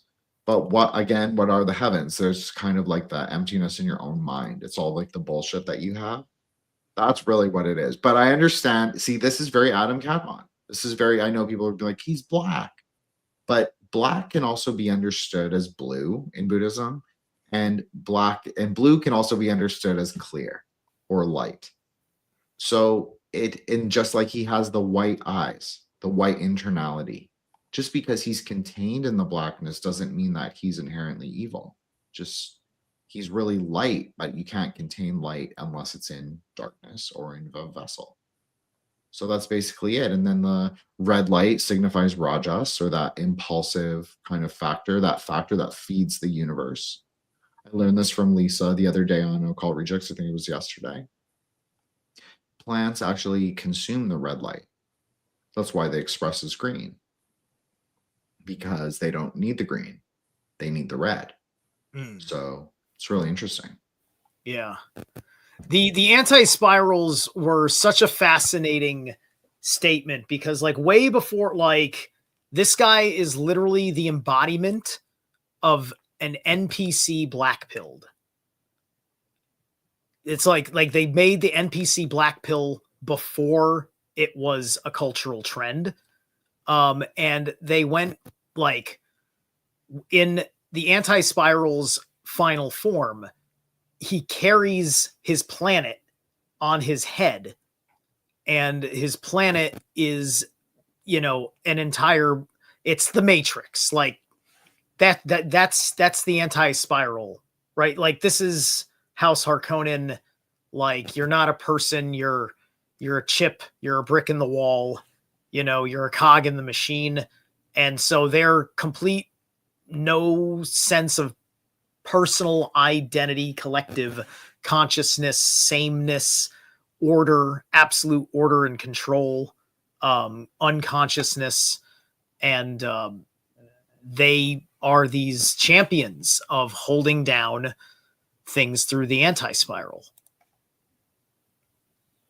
And personally, I think listening to this guy talk in Japanese is much better than in the English version. I think that the voice actor in the English version sounded too much like I don't know. He was too much like the guy next door. He was too almost like a 1950s businessman, almost, in a weird way. I don't know how to describe it.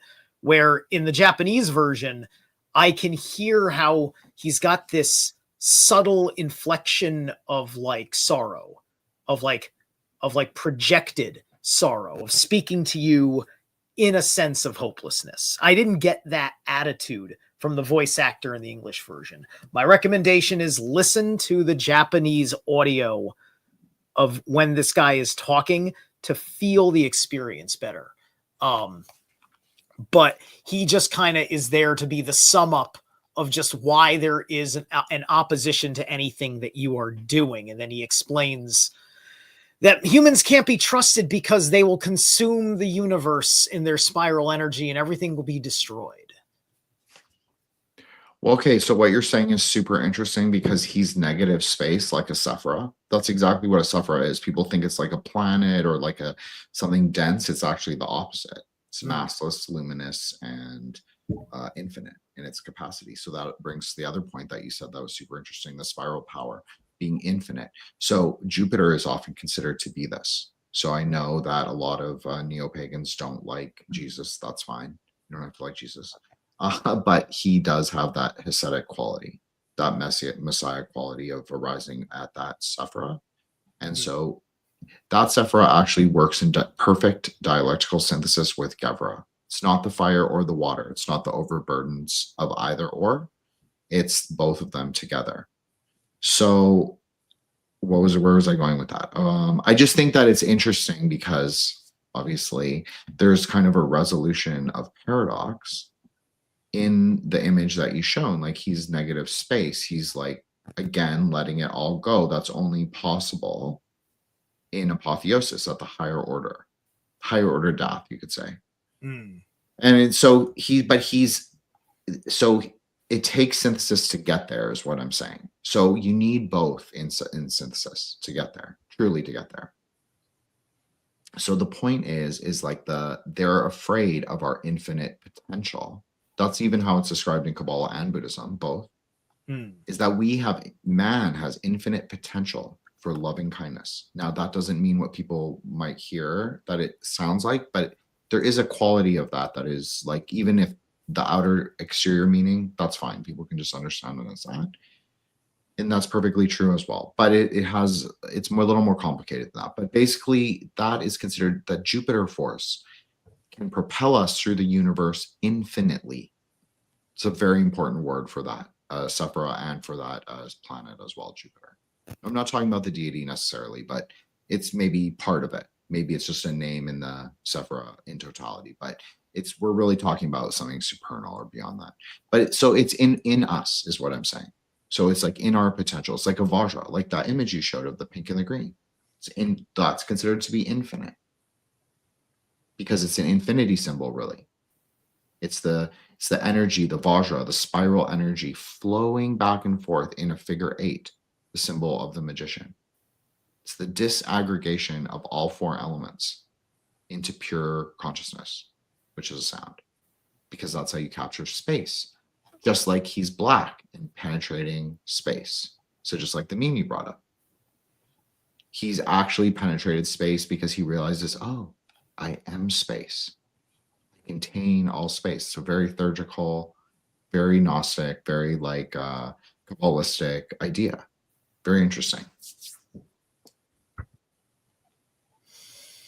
Yeah, it is. I was trying to see if I could find one or more pictures of that final fight that they have, like this one right here, because even in this final fight where he's just fighting the shadow still is a little bit more powerful than him. He can do this crazy dark tentacle attack, and Simone is just bare knuckles until I'm trying to get where he fucking summons his drill to end him at the end of the fight, just to show the whole way it looked. But that's not that big of a deal for all of this. But yeah, no, this is this here. I think that I've really covered everything that I intended to with this show. I think this is exactly what I was looking for in this. This has definitely been my idea of a comprehensive coverage of this anime, like most people don't do. This is not for the normies, for sure. I'm sorry, Zerilath. This is for the adept, we'll say. Well, yeah, it's for the person who's, they maybe finally found their drill in real life, and now they see the Beastmen and can join us in the fight because we've been piercing the drill ahead of them for a little while. See what I did there? This is why I love doing disclosure-y type things like this. This is a joy for me. And I really loved doing this, man. I want to do this again. Can I have you on and can we do an anime thing and have you Yeah, sure. on? Absolutely. I don't If even you know want how. to keep doing series, I mean, I'm doing more series with Monty and I'll do more on my show, but definitely I'd love to do, as long as the series don't overlap, I'm very happy to work with Okay, you anytime, Zerilath. I okay, had a yeah. great time. Thank you Like so with much. overlap, are we so like uh, I so just mean that I don't want to double dip yeah, in the yeah. series Like so, pool. you're So if not I'm going to saying do you want something with to do the same. one of the Like, boys, yeah. if you're planning on talking about a show with him over there, Mhm. you don't want to talk about it with me, right? Well, it's not that I won't. I'll see who comes it's whoever comes first. I'm very fair-minded like that. Like Oh, okay. I have another friend, Thomas, and he has just started his podcast and like he wants to do more and I'd like to have him on with obviously with Monty, but so we'll do more anime. So Okay. just whoever comes up with the idea first, I'll just be very fair about it. Okay. But I'd love to work No, with you, no listen, problem at all. listen. We got so many podcasting friends now, right? We're the Occult Rejects Network, anything adjacent to that. Greyhorn Pagans Network. Everybody. So there's no worries at all, and there's a million ways to Sunday anything can get sliced, and it's we'll find something because I know how I am. No, absolutely. And I'm also open to series from the early 90s. And you might wonder why I'm saying that because it's actually really hard to get anybody to do that. Those with me. Oh, There's early specific series that '90s. I really Yeah, love. And yeah. yeah, I'm like just what Studio Gynex has done since Evangelion has just been really special to me, right? Because of Gurren Lagann and Kill la Kill, both of them just really knocked it out of the park for me. But I go way back, man. It's just like I remember watching on television Miyazaki and things like that, and you know, becoming aware of the existence of these things. I don't know, I saw Akira sometime in the early '90s, and I ain't been the same since. I will just admit it right now. I'm a true weeb. I love both like classical, like what would be considered like millennial hipster, like art series, like with cultural cachet. Like Berserk has a ton of cultural cachet, Oh especially on like boys' Twitter and like all that stuff. So yeah, but I also love trash anime too. Not trash isn't so bad, but I just mean like lesser known series that people aren't necessarily talking about. mhm. There's so much. Like there's a huge for most people, anime is a completely untapped media source and it goes back all the way to like the early 80s. So there's so much. Like even for me, I find series all the time that I've never watched and I've probably watched thousands and thousands of Right. maybe not thousands of series, but hundreds of series for sure. Like no Yeah, question about it. yeah. So I'm just saying that if there's still new stuff for me, there's still new stuff for everybody. But like Gurren Lagann, Monty and I sort of gotten this weird a bit, I guess, that we would give a numerical review. So if you want to continue that, Zerilath, I'd love to extend that to you. And I will also Like respond what? with Like a the top 10 well, series? no, like what would you give Gurren Lagann as like a overall score? Oh, as an overall score, it's 10 out of 10. Yeah, I agree. It's So 10. it's 11. It's an 11 out It's of it's 10. it's it's an 11, right? Yeah, yeah. I can't get enough. I can't get enough of it. It emotionally charges me because I'm just like this level of lifting your spirits is a thing that needs to exist, right? Who the hell do you think I am? That's a battle cry, right? You So know, shonen has the capacity to really show people like the qualities that I was talking about and that you were talking about. Like it has the qualities to show them like the infinite capacity for people. And of course, because really reifies the idea of like friendship. Like the power of friendship is very real in anime physics, and it's anime physics. Excuse me, sorry, my mouth is very dry. But it it's the loving kindness kind of like you could say framework is built in. So it's ready to rock and roll, you could say. So I want Yeah, to say thank you so much for choosing a series that was very I would say ideologically aligned with me, but also metaphysically really interesting. And thank you yeah, for asking me to do it. Really yeah, appreciate yeah. it. And what we'll go to the 80s and the 90s next time we do this, I promise, right? Because the classics ought to get their dues for some of the things they put into their stories and into their concepts. Absolutely. I could not agree more. There's some really incredible shows that cover a wide range of very esoteric, very Oh yeah. occult themes, and they really do use real magic. Like you can see Solomonic seals in tons of manga, Oh and God, yeah, and past the 90s now, but don't get me started on Full Metal Alchemist. of course, well, that's a series we should actually do. Yeah, yeah, that's one I have to get myself refamiliarized with it because I think I was like 2 seasons and the movie, and then life happened and stuff. Like I'm playing some catch up on a bunch of things. So yeah, there will be thoughts there about that. Well, at least I'll plant the seed for the future, Zerilath. So Yes. thank you again so much. Appreciate it. Thank you to your audience, Mhm. and Oh, yeah, you know what else I'm going to say? Because I want people to laugh at good crack. I want people to go check out a little. I think they call them an OVA. It's like 4 episodes or something. Go check out this canceled series called Dragon Half. It's funny. It's very funny. It's kind of cutesy. It's a little crude. Um, it's got some stupid jokes in it. It's one of my favorite crack humor animes out there. Dragon Half. so actually, I've never heard of it. Oh, So you've never heard of Dragon Half? I've never heard of Dragon Half, so I will have to also watch that because obviously my like weeb sensibility is totally offended that I don't know a series. Yes, Um, as a weeb into the classics, this yeah, is a '90s thing too. It is a '90s thing. right. So it's right up what I just said Yeah, is my like oeuvre. So I apologize for not knowing, but I promise the next time I come on, I will be definitely up to speed. So I have to excellent. maintain my street There, cred. there, there isn't really anything to talk about other than just how funny it is. I'm literally throwing you just crack humor of a girl who's a half dragon, and there's all these people trying to kill her and hit on her at the same time. It's very funny. It's a great show. Well, I'm gonna check that out. All So right. Thank you, guys.